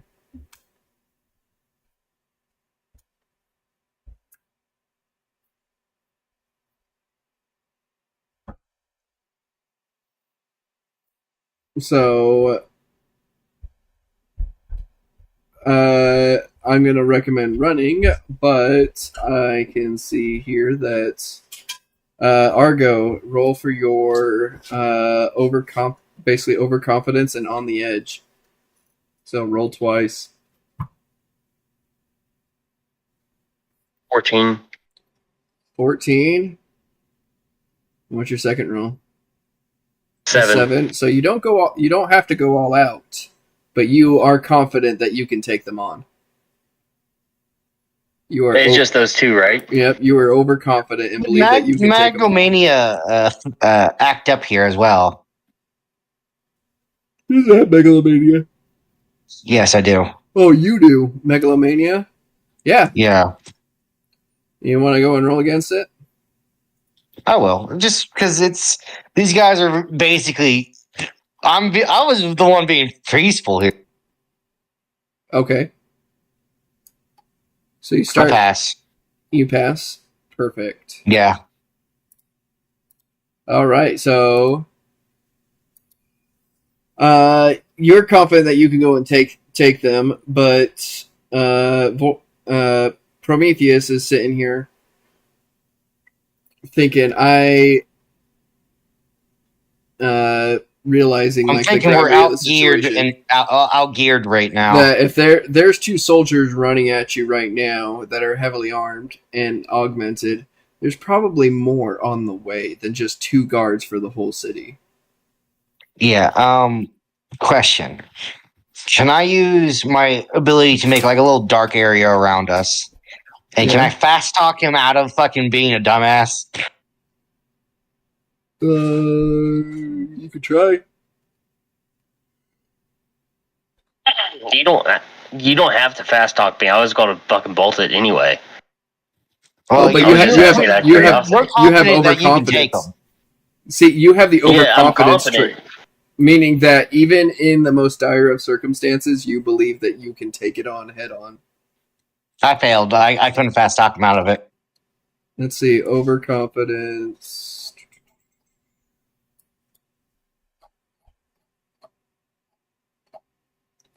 So, you believe that you are far more powerful, intelligent, or competent than you really are. You may be proud and boastful or just quietly determined, but you must roleplay this trait. You must make a self-control roll anytime the GM feels you show an unreasonable degree of caution. If you fail, you must go ahead as though you were able to handle the situation. Caution is not an option. Okay.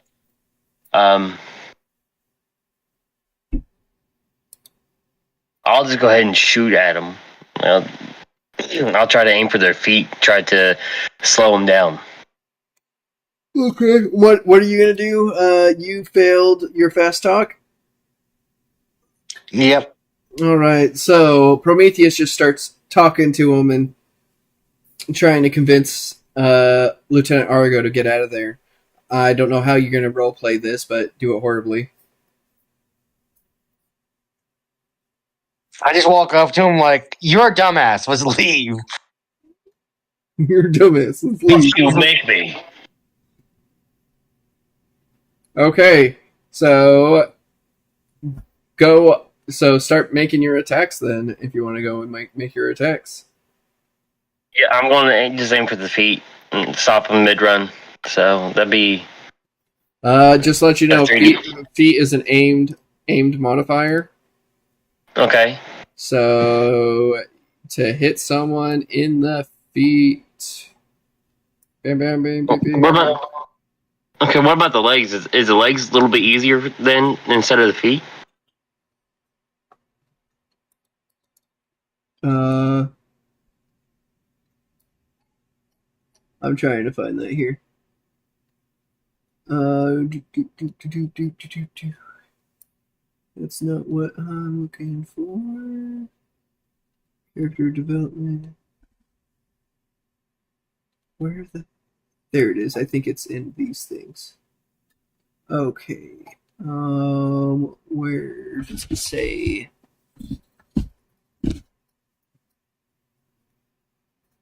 Where's my hit table? Come on.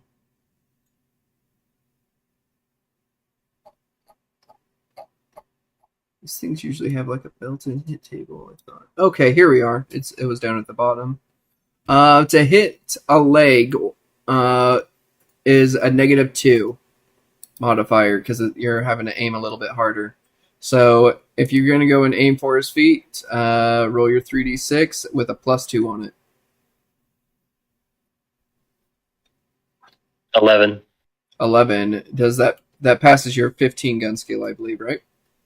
Yes, it does. Okay. And are you going to hit the other one too, or just the one? Yes, the other one as well. 36 plus 2. 9. 9. Perfect. Wow, you got some really good rolls there. Okay, so you go and you pull out your sniper from within the darkness bubble.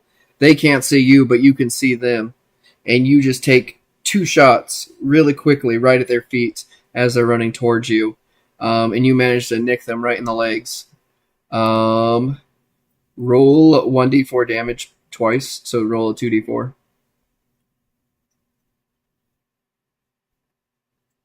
7. You got a 4 and a 3, so you hit 1 for 4 and 1 for 3 damage. And now that's pretty high damage, so I'm going to roll for.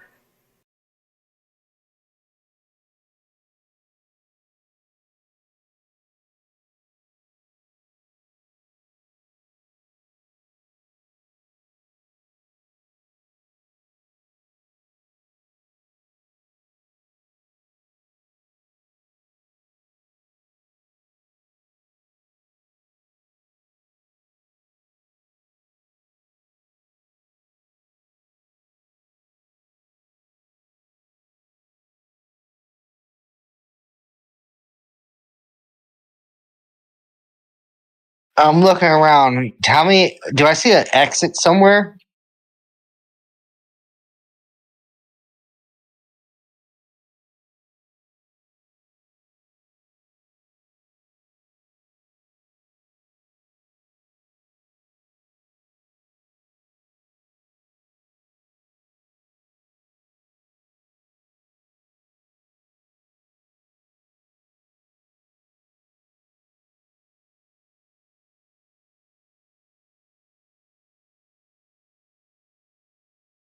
Um. mm, Okay, I'm going to attempt to talk him out of it again. I'm a couple feet back, I assume.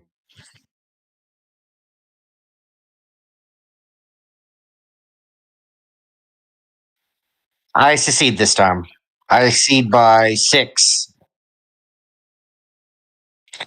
I'm gonna kind of look out. We're not gonna be able to take 2 of them.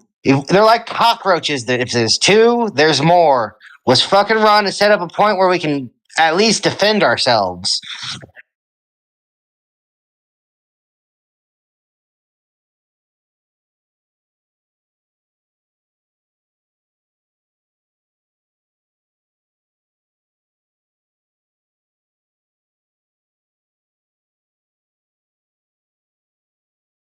I see it by 6, but okay. 6. That's passive. I've ever seen one.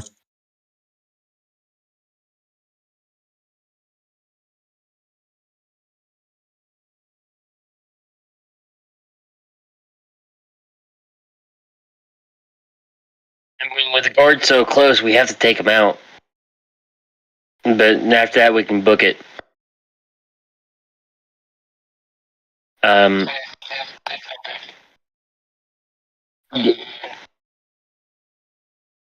I want to take out the photo sword, the one that I used to cut the head scientist, the head researcher, and I'm going to do the same thing to this guard.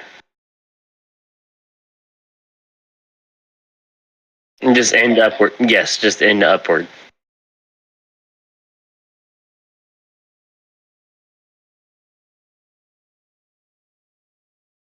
5. I think that's a critical for him. That's 10 below his skill. Isn't it his skill 15?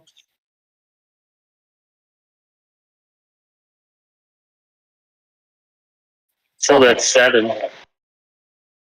That's 7 below, isn't it? Oh, okay.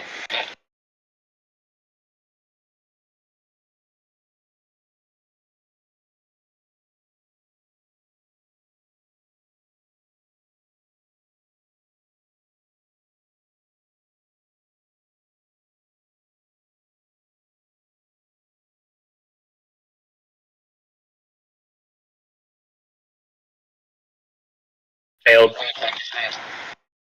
I got 11.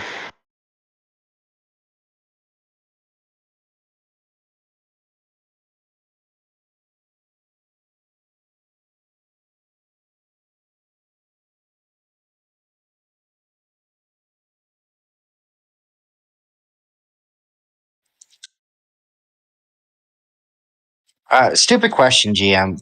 These guys wearing like a uniform. It's cloth on the uniform, right? Yeah, they often have cloth on it.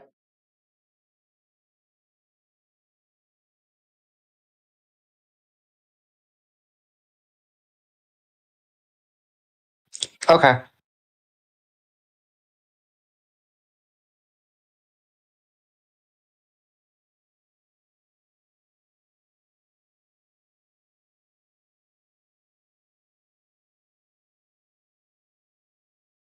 And you said you need me to roll a 1d4.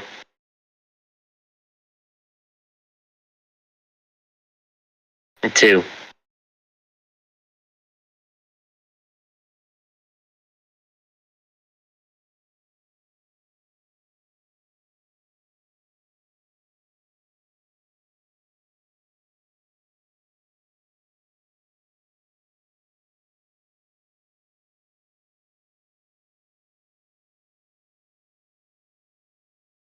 No, time to go. It's time to go, buddy.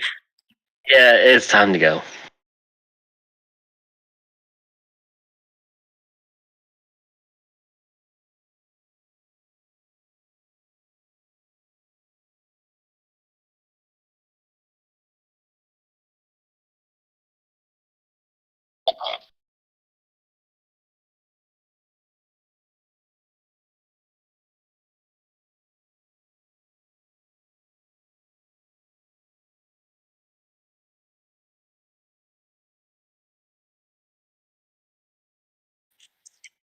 Hey, fun fact: electronics are often flammable in some ways. Be a shame if someone started a massive fire.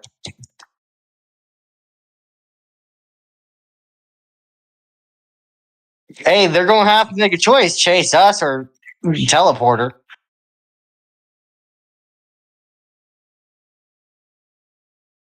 I'm going to look at my friend. How far away is us from the group behind us?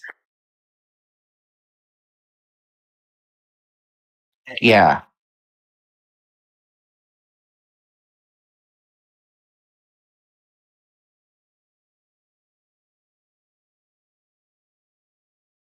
I'll look at my friend. Can you get the teleporter online?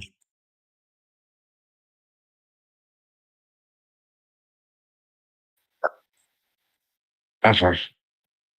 Um, what other ways do we see? Is there like just another hallway?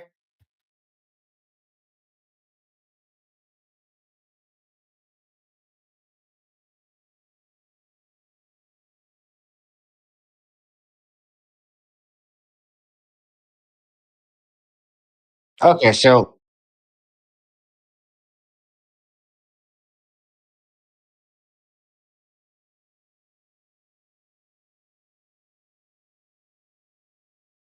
okay. As we run to the left, I assume my ally is following me. Correct?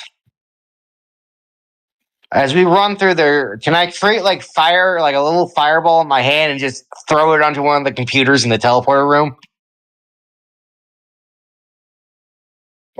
Ignite, create fire, emulate, black flame, create darkness, shadowfy object. Yes.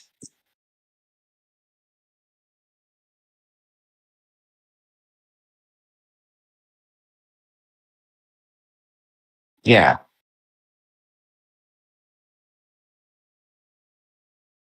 Yeah, that's what I'll do.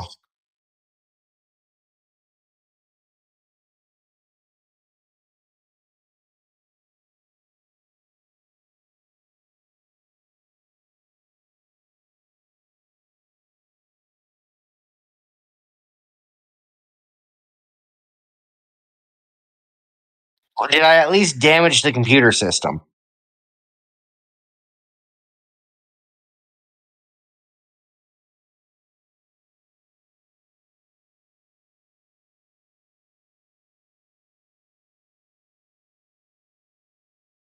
I probably fucked up the wires more than anything.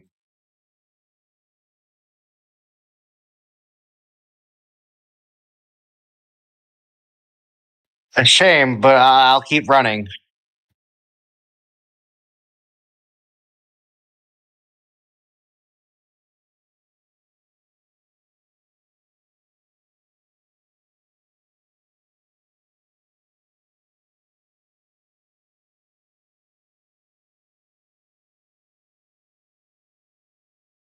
Have we been maintaining the same amount of distance?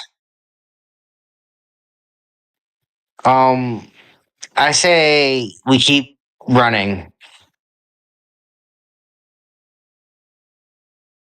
I'm gonna say let's go down this. Let's keep going down this hallway.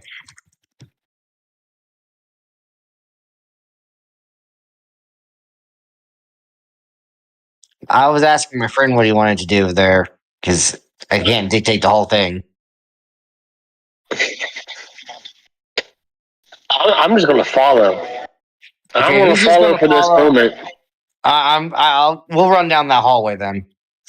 Yeah, because I don't have the equipment to take on a small militia at the moment. No, neither. so- That's why we're running.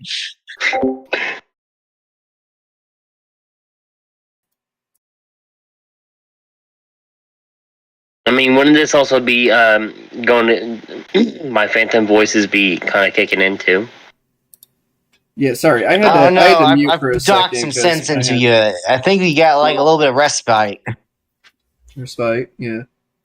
So yes, so you go and you after throwing the fireball at the machine, you guys continue running down that hallway. The guard's still hot on your tail, and you take a left again. And as soon as you take a left, if you have been thinking about how I've been laying out this hallway, you've taken two lefts now. And where does two lefts go? Back to the room. Oh shit. You're almost in a circle. So you're now at the front of the building again, and you see more soldiers coming in through that doorway as well, running towards you. Your last option is to go into that room. Or you could try I'm something gonna go in the else. room.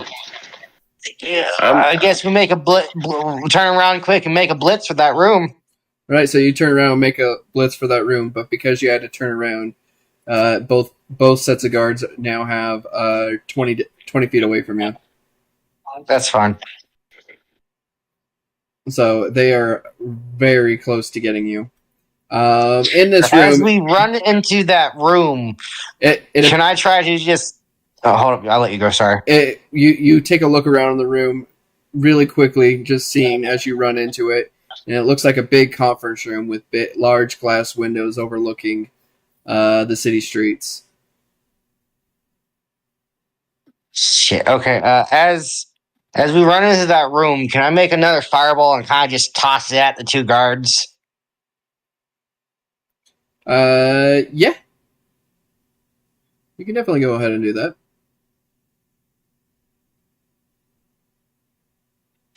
So you just 3d6 based on intelligence. Yeah.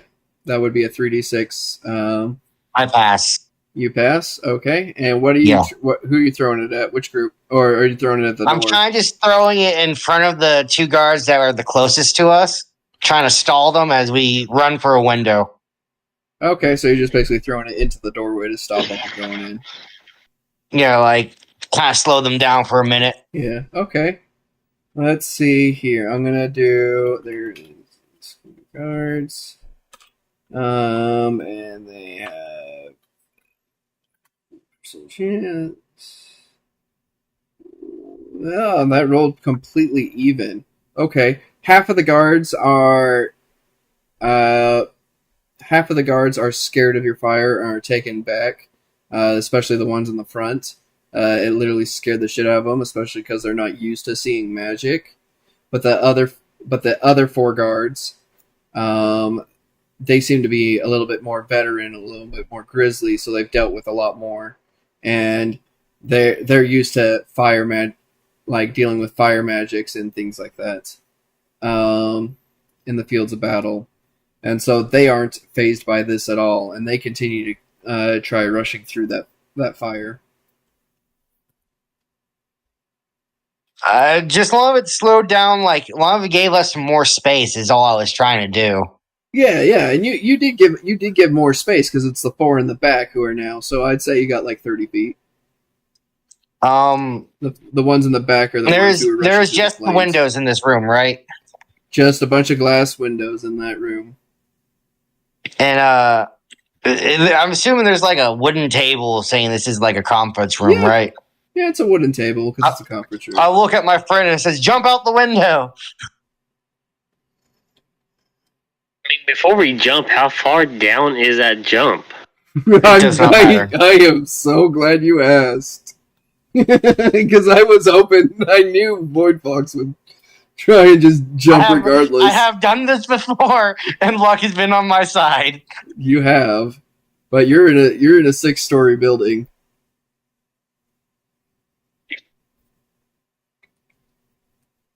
Oh, Jesus.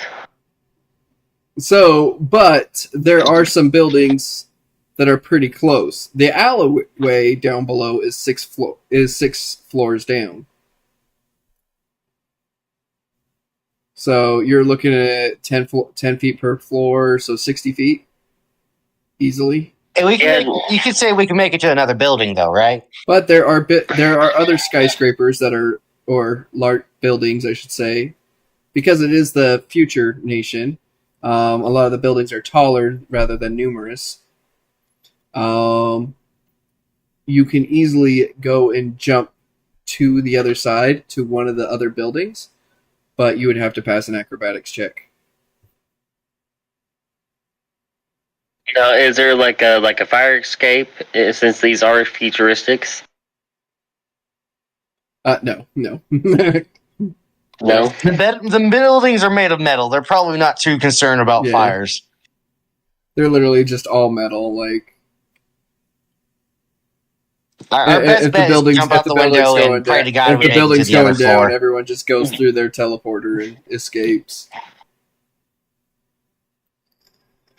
Yeah, that might be the only option. All right, so that's a acrobatics, so that's a 3d6. Yep. So who passes and who fails? I passed. What'd you get, Void? Oh, we both passed. Actually, I don't have acrobatics, so I have a -6, so I failed by 3. Okay. Oh shit. So you guys break through that window. Did you smash it with anything? No, I was going to shoot it. Okay, so you He's going to shoot it, and as we run by the table, I'm going to ignite the table. Okay, so you ignite the table. The table just catches on fire right in front of the guards, and those ones that are veterans are taken aback by it. Actually, I'm gonna roll for those too. See if they're affected.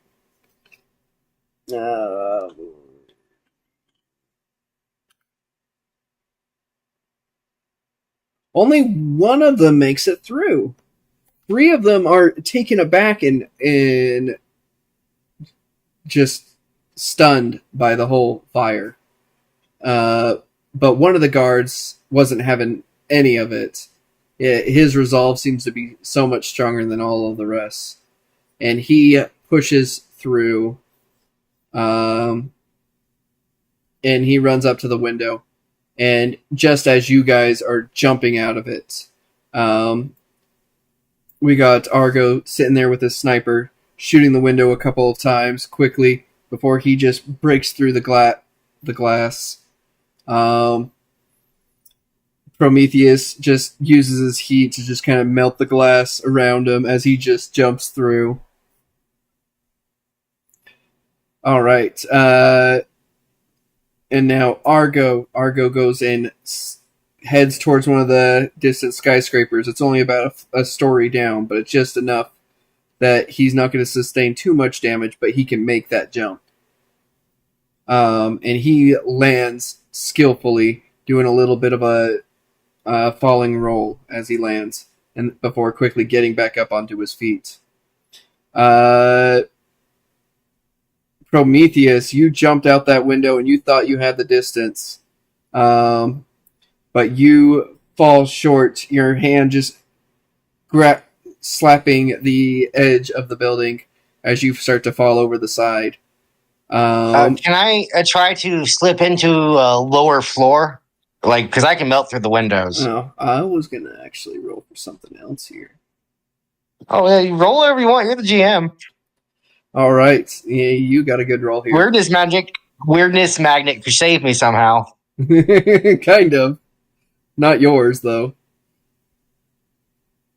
So all of a sudden, as you're starting to fall, you're losing control, and you're starting to spiral and tumble all the way down. You have no way to grow and grab and grasp onto anything or even move in a coordinated manner. But all of a sudden, you feel these large talons just digging into you and grabbing your body. Almost like they're just going to pinch your flesh. It hurts a lot, actually. You're going to take 2 damage from the punctures to your body. But you've been picked up by the grace of these talons and are being lifted back to the top of the tower that you had missed and are dropped off. And you look over and you see what looks like, I'm going to just describe as kind of like a Final Fantasy chocobo. Fuck yeah. I thank it. I'm like, thank you, ally. Hold on, what is that? They're like... Is that like a phoenix almost? It's like the mix between a canary and an ostrich. Like, imagine an ostrich, but it has like really big wings, really fat body, fat short head, like short neck, and is extremely fluffy. Here, I'll even give you a picture. Saying I could talk to animals and that, does it respond to me thanking it?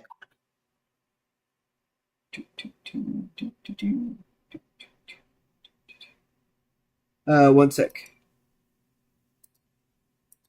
I'm just sending him a picture.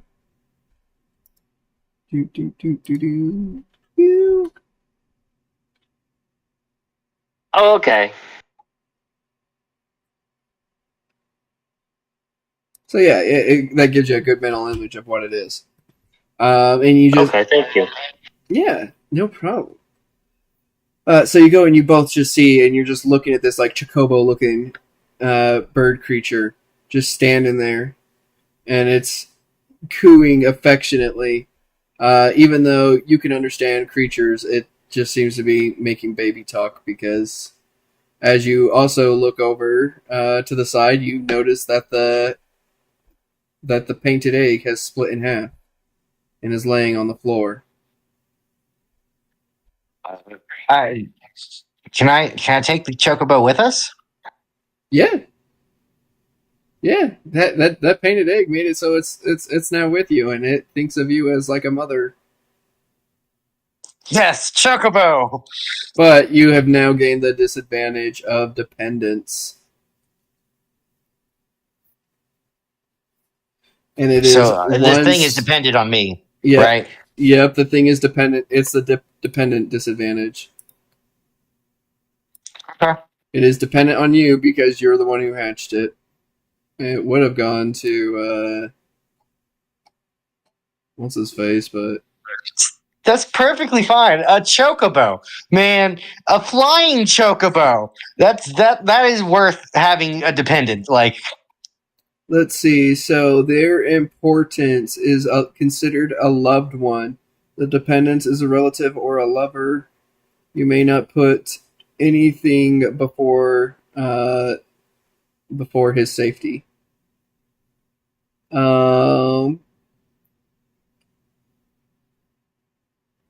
They have pretty high competence, so they're just going to be at -2 there, or -1.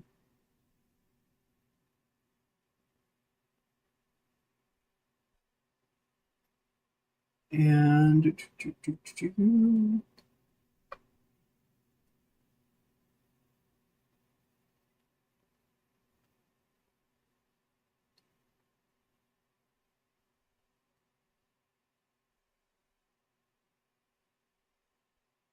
oh, as a fraction of the player characters. Okay, so I gave you guys 150 to start with. So we're going to be looking at, yeah, -2. It would be considered -4.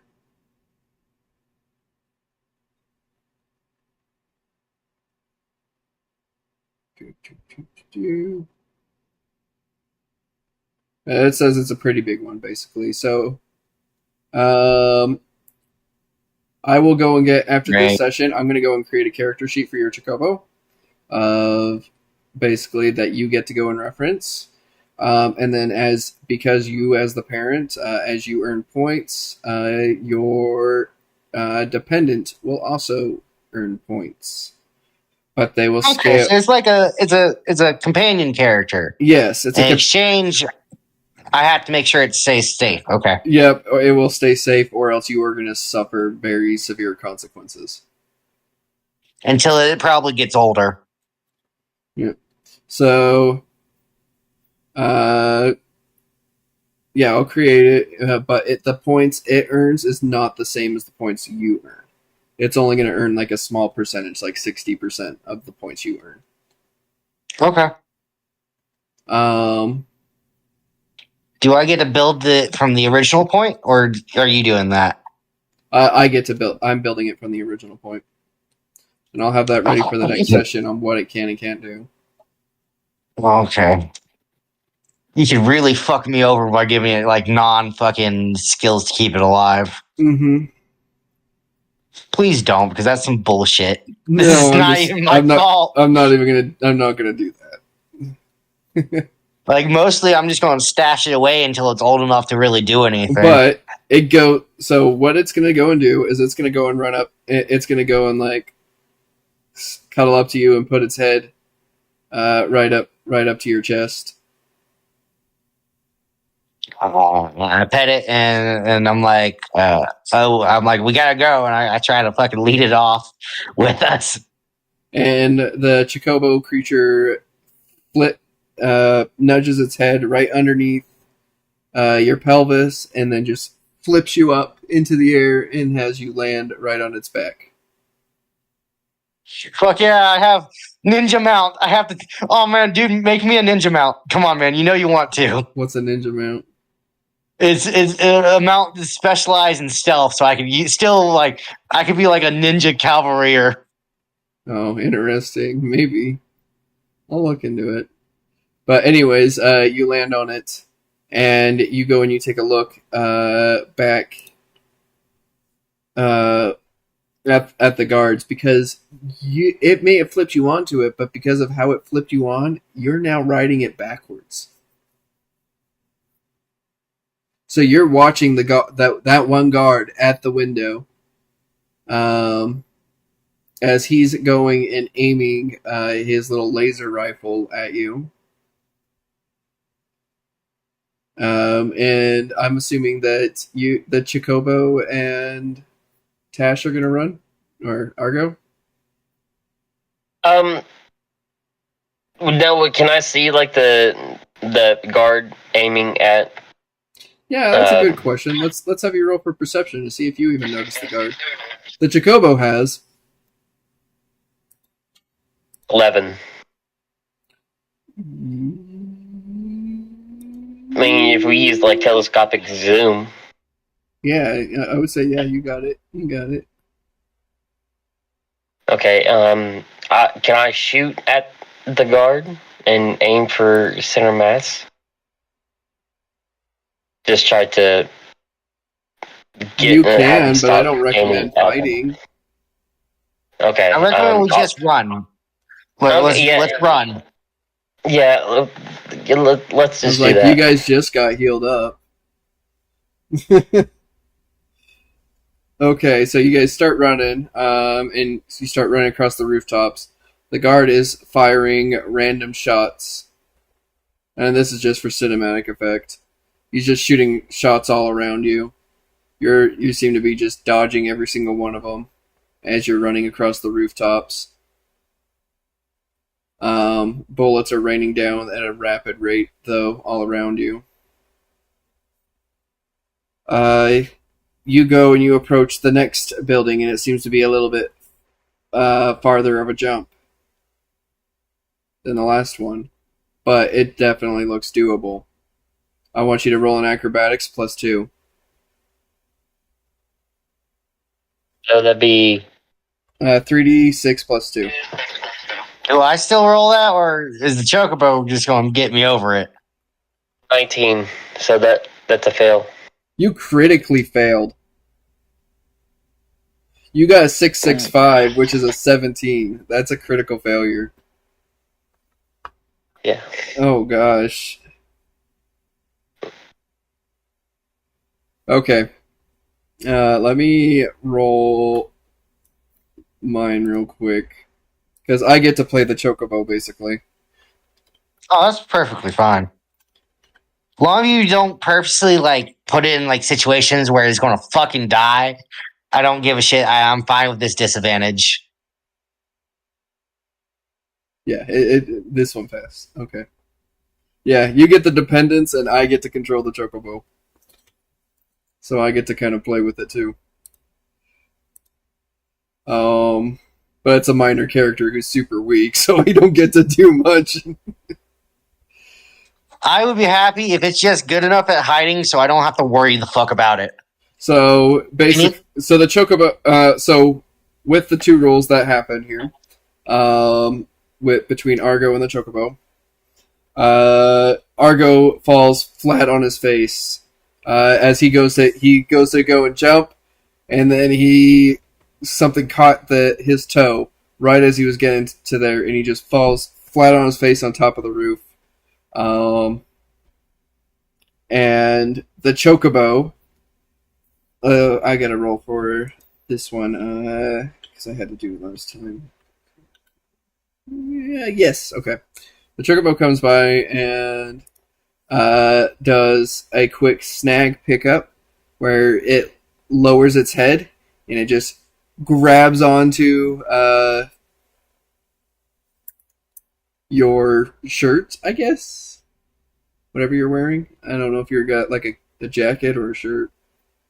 Yeah, that'd be a jacket at the moment. Okay. So just grabs the back of your jacket and he jumps across, carrying you and Prometheus to the other rooftop. It's able to spread its wings a little to give it a little bit of a glide to ensure its safety, but it definitely makes it over with ease.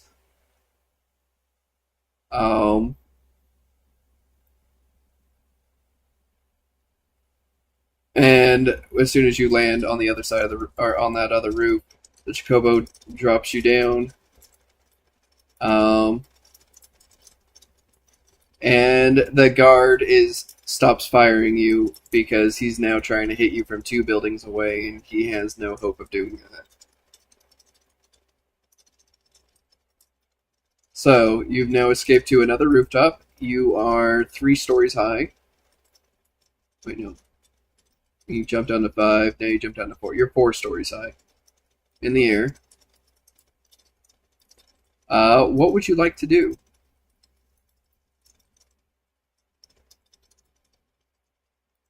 Keep in mind, you're still being chased. They're just not shooting at you anymore, and they're not on the roof.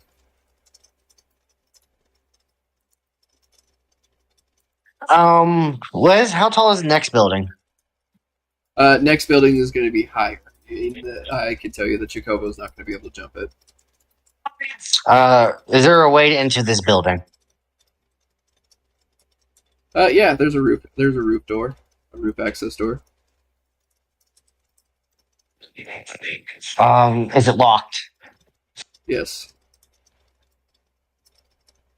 Should I use lockpicking to get it open? You can definitely try.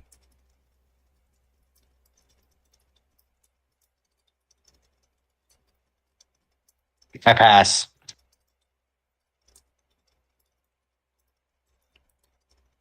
You pass. Let's see. 8. That's a pretty good pass. All right, so you unpick the door, and the door swings open, and I don't know if you say anything or do anything specific. How does this play out? I open the door. Can we stealth in? Well, you go to try and stealth in, and you start hearing some more soldiers yelling. They jump to this rooftop. They're up here, and you can hear them, and they are pretty close, like a floor away. The fuck, dude? Like, we were okay.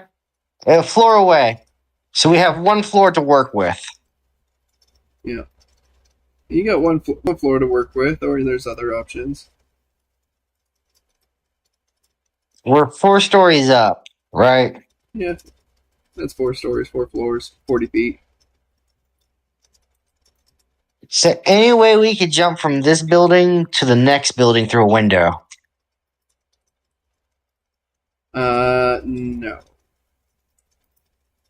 So that's not how these buildings are going to be laid out.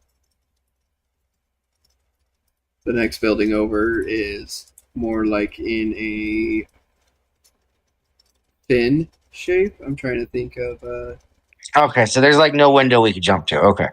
yeah. I'm trying to think of like how to describe the window. Well, worst case scenario is we go down a floor and we're 1 floor closer to the fucking thing. So I say we go down the floor and pray to God we find something.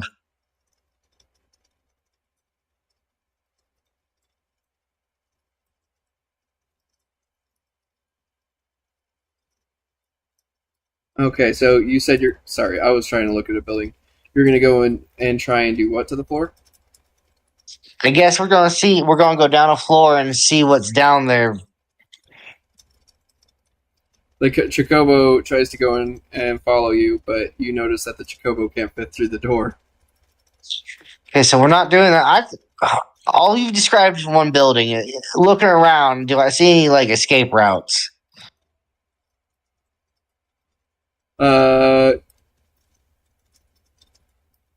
Roll for perception. Because I've got an option here for you, and it would be you specifically. I pass. All right, you don't see anything. You just the closest thing that you can see is just straight to the ground in the other 2 directions.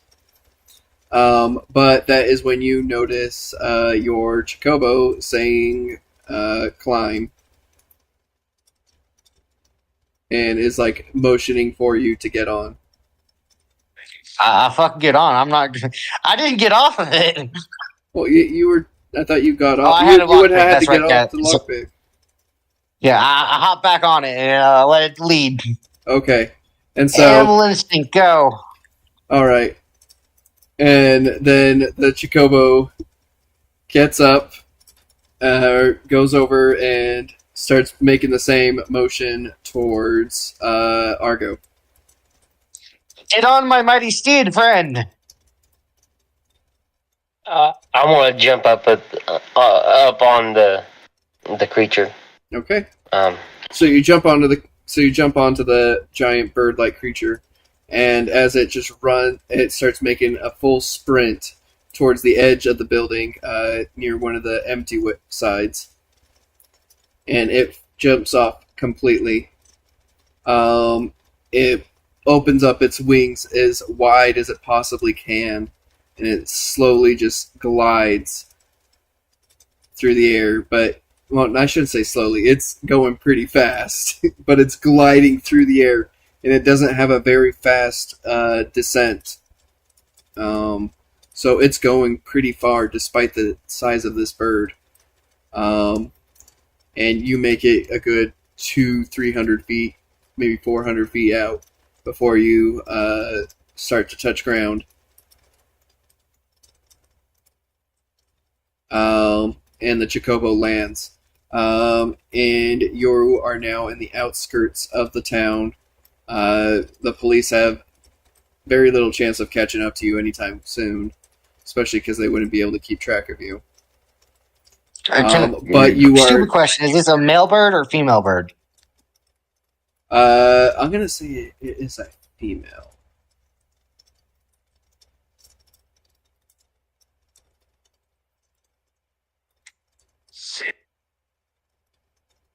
I don't know. Okay, so I'll get off the chocobo.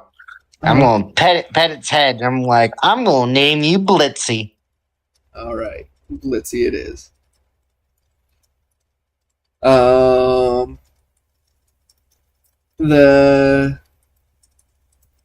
So you look around you. You're still in Cog Pal, I believe I called it.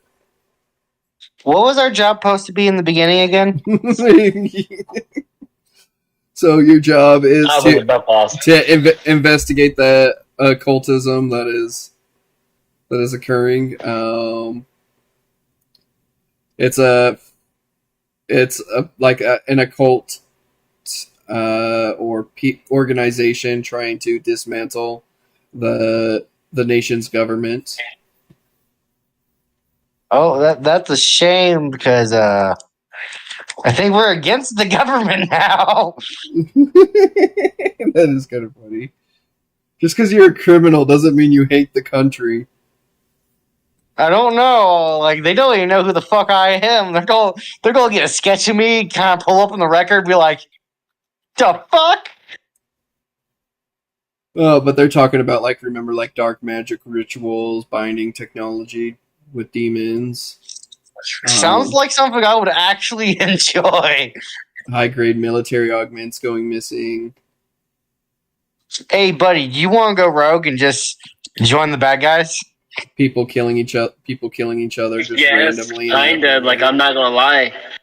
I mean, rogue military You're hardware. gonna take it in that one direction again, aren't you? I can't help it, man. I can't help it. I'm a cold-hearted killer. All right, so you're on the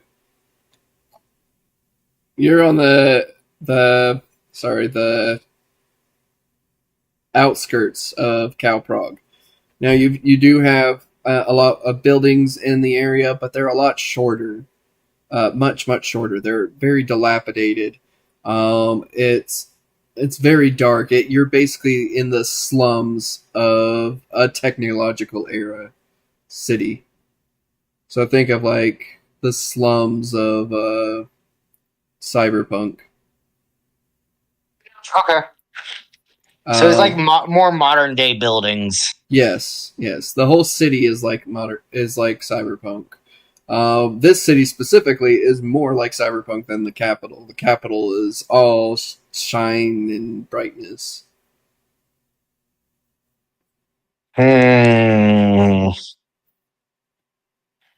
I'm gonna look at my friends like, this is why you don't do good things. It never ends good. Kiss my And it- ass. So Those we are got people, two. my people only. Okay. Well, we got two options. One, first we need to get out of sight and lay low. So, is there like a abandoned building we can break into? Roll perception, both of you.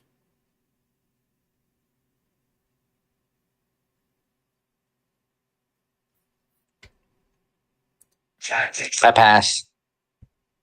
I failed. All right. So both of you are going and looking at buildings, and you guys keep pointing out ones. But mostly Argo is pointing out these different buildings that could look abandoned and that you could possibly use. But Prometheus has the foresight to see that with all of these suggestions that are being provided by Argo, that they're not going to have any space or any entryway that would fit such a large bird creature into it. And so they would have to leave it outside, and we couldn't risk that, especially knowing that the soldiers know of the bird now. But eventually, one of the options that Argo failed to point out happens to have the perfect size garage for the Chocobo bird to fit into. Everyone starts going and moving towards that building. You see the garage door, but the garage door is closed. And you see a side entry door, but that door is also closed and locked. How are you going to proceed? I picked the lock. You pick the lock. Okay. And now, one thing I did not... passed. I want you to roll a self-control roll on your fire. Because I'm going to have you do that, and since you also took lockpicking, I'm going to have that be your thing. Since you got the Chocobo, too. I failed. So, you melt the lock... Not melt it entirely, but you melt it enough to where you've destroyed the locking mechanism, and it's now like welded to the door.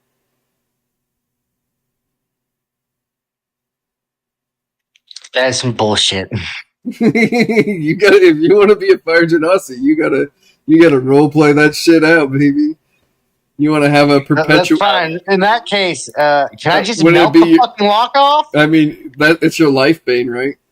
But you're in a future town, so this is how your life bane works in future town. Oh shit! That life literally withers around me. How can I have a chocobo? Like being around me is more dangerous than anything. That is true. That is true. You might have to keep it at a distance. But no, I'm gonna say because the reason why it hatched is because of you being a flame genasi. It was incubating in your heat. So I would say it can withstand your heat because it incubated in your heat. Good to know. But no, yeah, everything else like locks and stuff like that aren't. Because you're in Future Town, there's no plans. I gotta make it apply somehow. I feel like that's fair.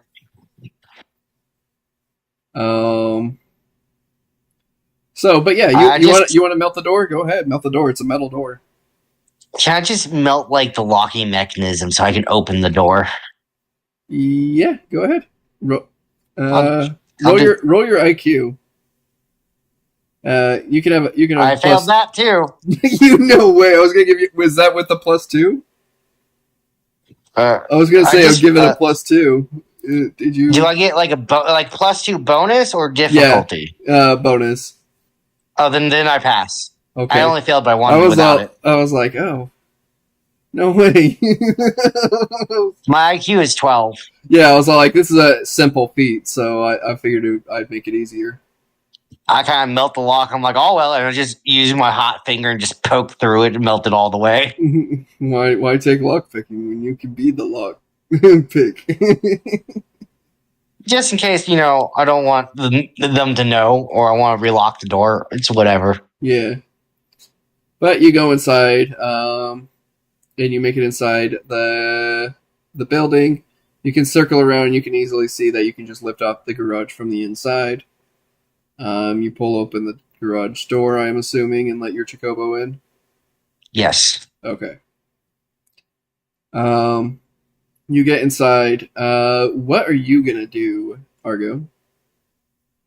I want to look around and see if I can scour any like items or equipment.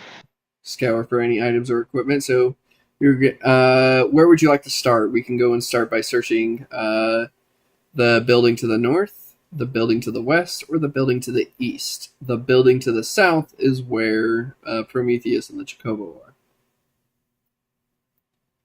I want to look towards the east. East? Okay, so you go into the small abandoned building over to the east of you. You go and you walk.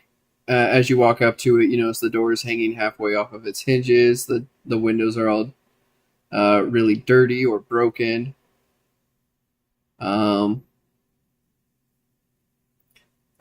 so it looks pretty abandoned. What are you gonna be searching for specifically?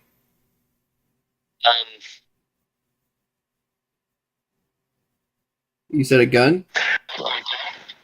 More likely, yeah, like a better rifle. Better rifle? Okay.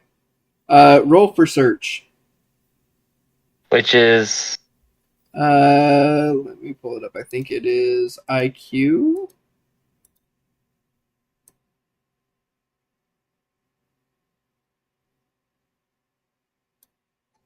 with that being a search, wouldn't that be more of a perception?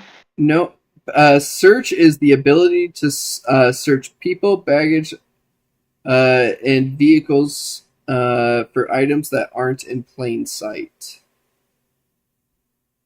That's a, What's that other one?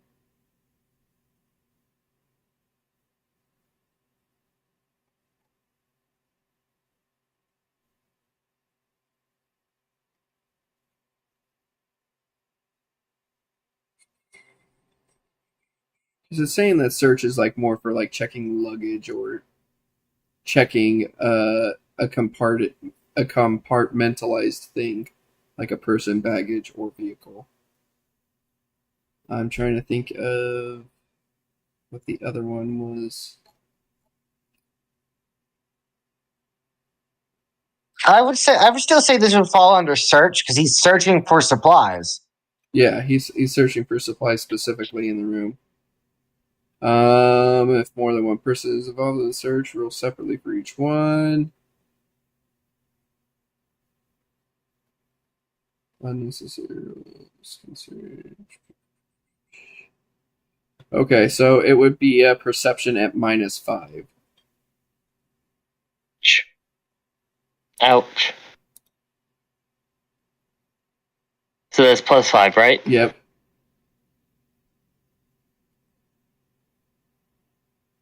Oh, that was close. That would have made it without the +5. All right, so you go and you search around. You're pushing some things around, but you don't find any guns as you were hoping to find. But what you did find is a little health syringe shot, just like the one that Prometheus found earlier. It seems to be unused. It looks like it got looked over because it wasn't inside the medicine cabinet. Do you want to hold on to that one? Yes. Okay. And now, do you want to go in, or after you've found that, you couldn't find really much of anything else, so you decided that the east building, is completely searched.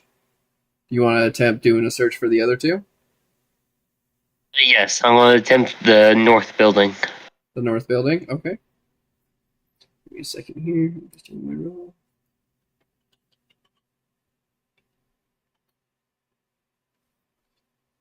Okay. So you go to the north building. Perform your search. It looks very similar to the east building, just in its dilapidated state.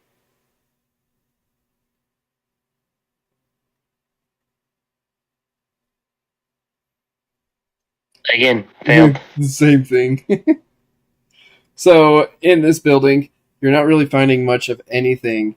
One of the most useful things that you were able to find is a barrel. It's not exactly uh, nice, I guess you could say. It looks very aged and rustic, but it looks functional and reliable. Um, and it seems to be like a little bit of an extended barrel that would fit on the end of your rifle. Um, so if you were to attach this to your rifle, you would have a 1d5 instead of a 1d4 for your Yes, I'll go ahead and attach that. roll. Okay. And now you want to search the third building? Sure, why not? Since I've already done 2 out of 3, so All right. 3d6.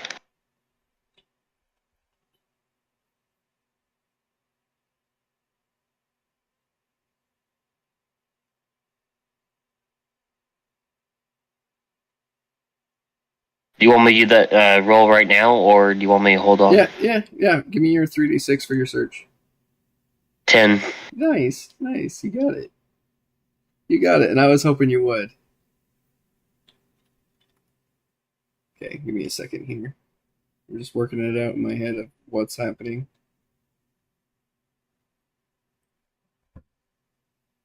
Okay, so you walk into the building, and you feel like after the last 2 buildings, you've got a good sense of like how the garbage is laid out, how the debris is fallen in certain ways in certain areas, and you can see there's kind of a pattern and a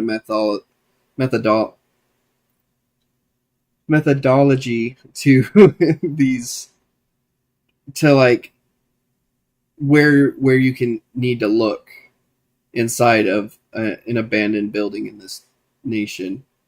And so as you go and you start looking around, looking through tiny little spaces, you see in a broken out drawer, as you check underneath the drawer, you feel something metal.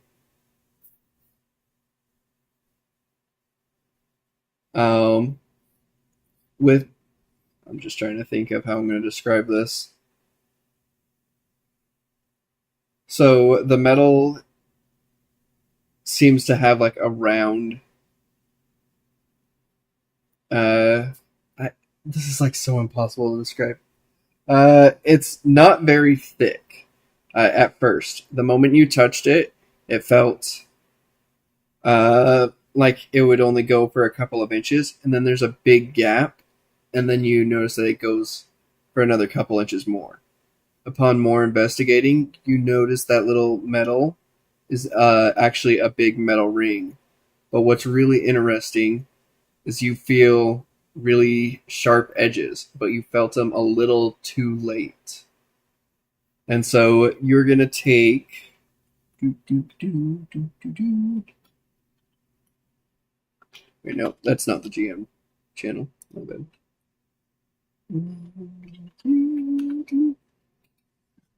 You take 3 damage,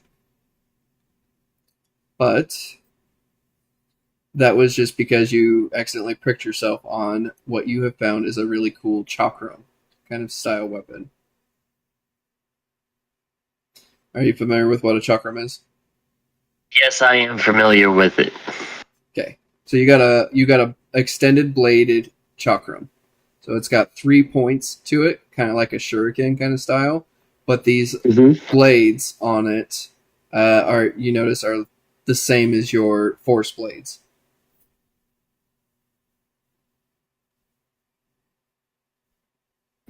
So it is basically you've got like a shuriken boomerang. a shuriken boomerang, that it has force damage. All right, well, fucking sweet.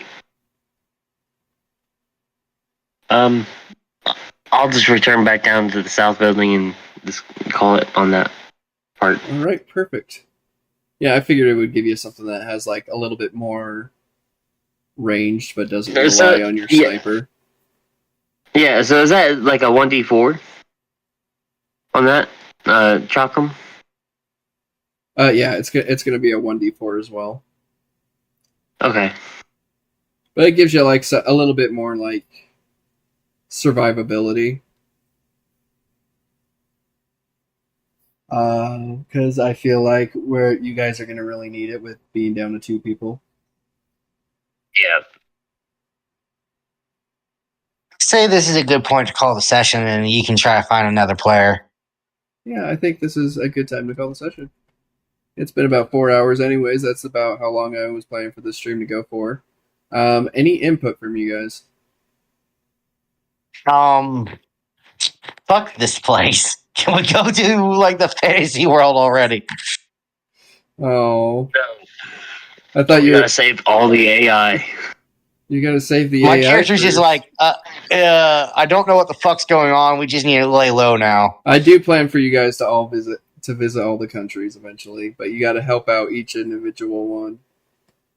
I know. Well, I feel like we're going to destroy each and every one now because we're Either way you take guys. it, you are gonna decide the fate of this world.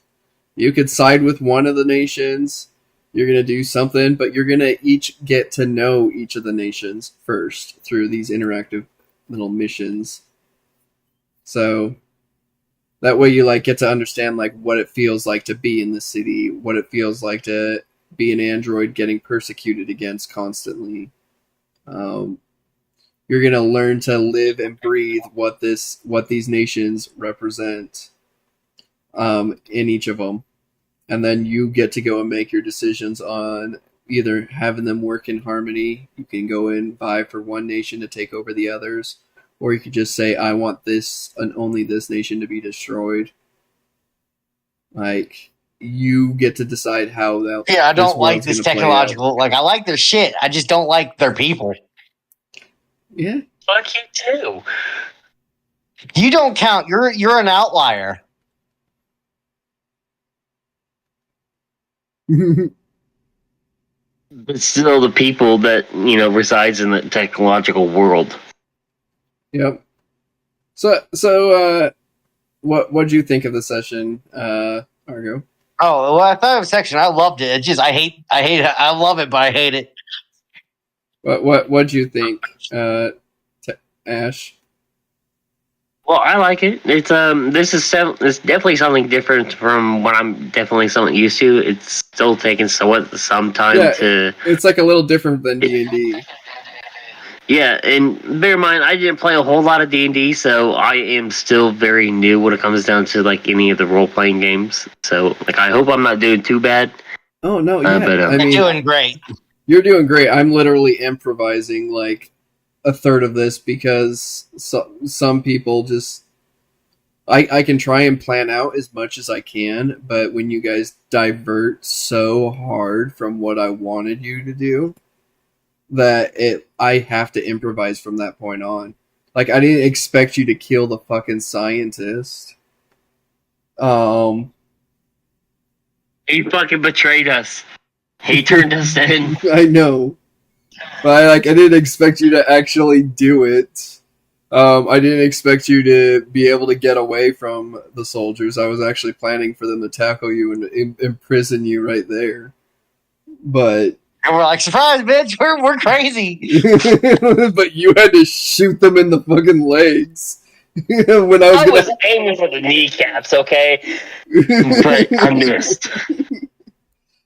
So you guys throw me off real good, and that's what I really enjoy about GURPS, is that I have to stay on my feet just like how I keep you to stay on your feet, because I don't know what's going to come next based on what you guys are trying to do, because my whole job is I'm trying to fuck you up.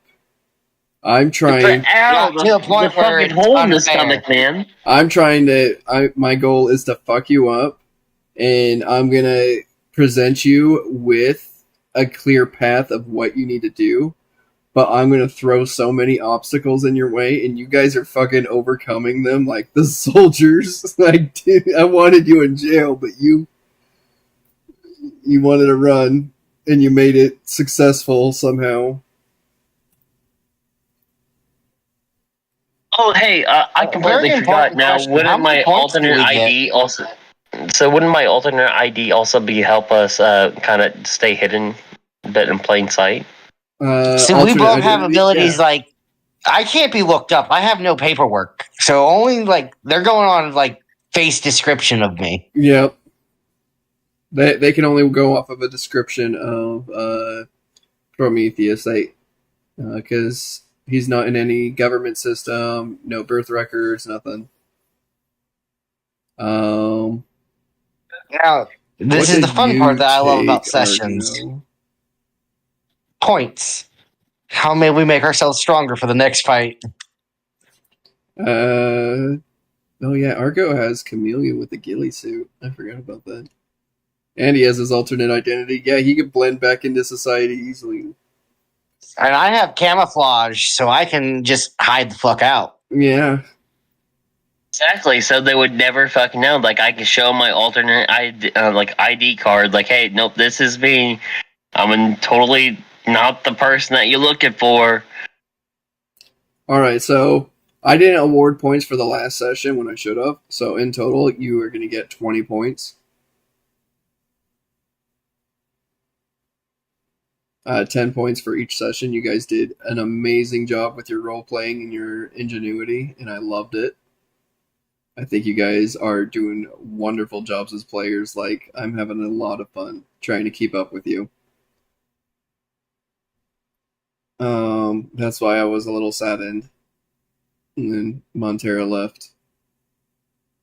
I do hope that they realize that I am doing everything as honestly, with all of my roles and all of my decision makings. I usually plan my things out like, hey, it's a 1 in 3 chance. If I get a 1, it happens. The other 2, it doesn't happen. And if it happens to land on that 1, I'm just going with my intuition on what I decided would happen. Most of the time, a lot of the things I roll don't happen because they fall into I give more leeway towards the benefit of the player, but he got really unlucky on my end. He got really unlucky on his rolls, and it played out like it did. I didn't try to kill him. He was only at -8 health. He would easily be able to wake up, and when you guys got to the lab, like literally at the teleporter, a couple minutes later, he would have been fully healed and back to normal. He wasn't doomed. Yeah. And he did really good in his fights. Yeah, but at the end, I do feel like it was kind of my fault. I should have just grabbed him when I was going to hide behind the pillar. Yeah. I don't think it, but no. I don't know if you realized this, but there would have been no explosion if it wasn't for me. Yeah, that's what I was saying. I was like, it was kind of his fault. And I pulled up the map of like what it looks like, and I was all like, it's only logical that the explosion went around.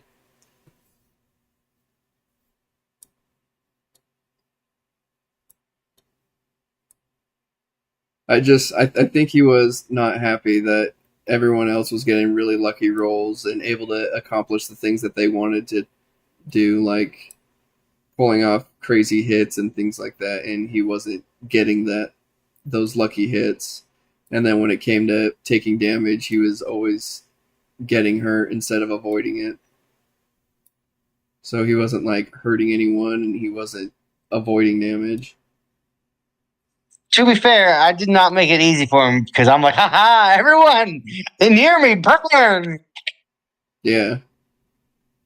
But as I said, I my think he felt character like is an unfeeling murder machine. I think he was feeling like his character was like underpowered somehow. I'm not sure, but I do hope that It he makes no does. sense. Like He was doing no a lot of offense. damage. He was doing more damage Yeah. than me most of the time. I think that still makes no sense because like he was doing so much more damage. Like he was way better of a fucking character than even mine. Yeah, I thought he was doing amazing. Like his fucking skills and his showmanship and flair, and I loved his role playing as well. He was on par with like everything. He was really great. I just felt really bad that like the dice on no one's end was really in his favor.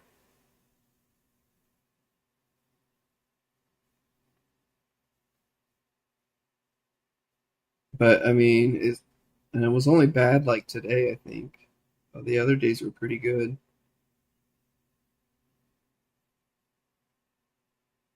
I don't know. But I'm hoping that one day he might make the decision to come back. I will leave the option available and open to him. But yeah, I just feel a little Hey, disappointed. you want to go back to Vault? Yeah, that'll be it for the stream. Have a good night, everyone, and thanks for tuning in.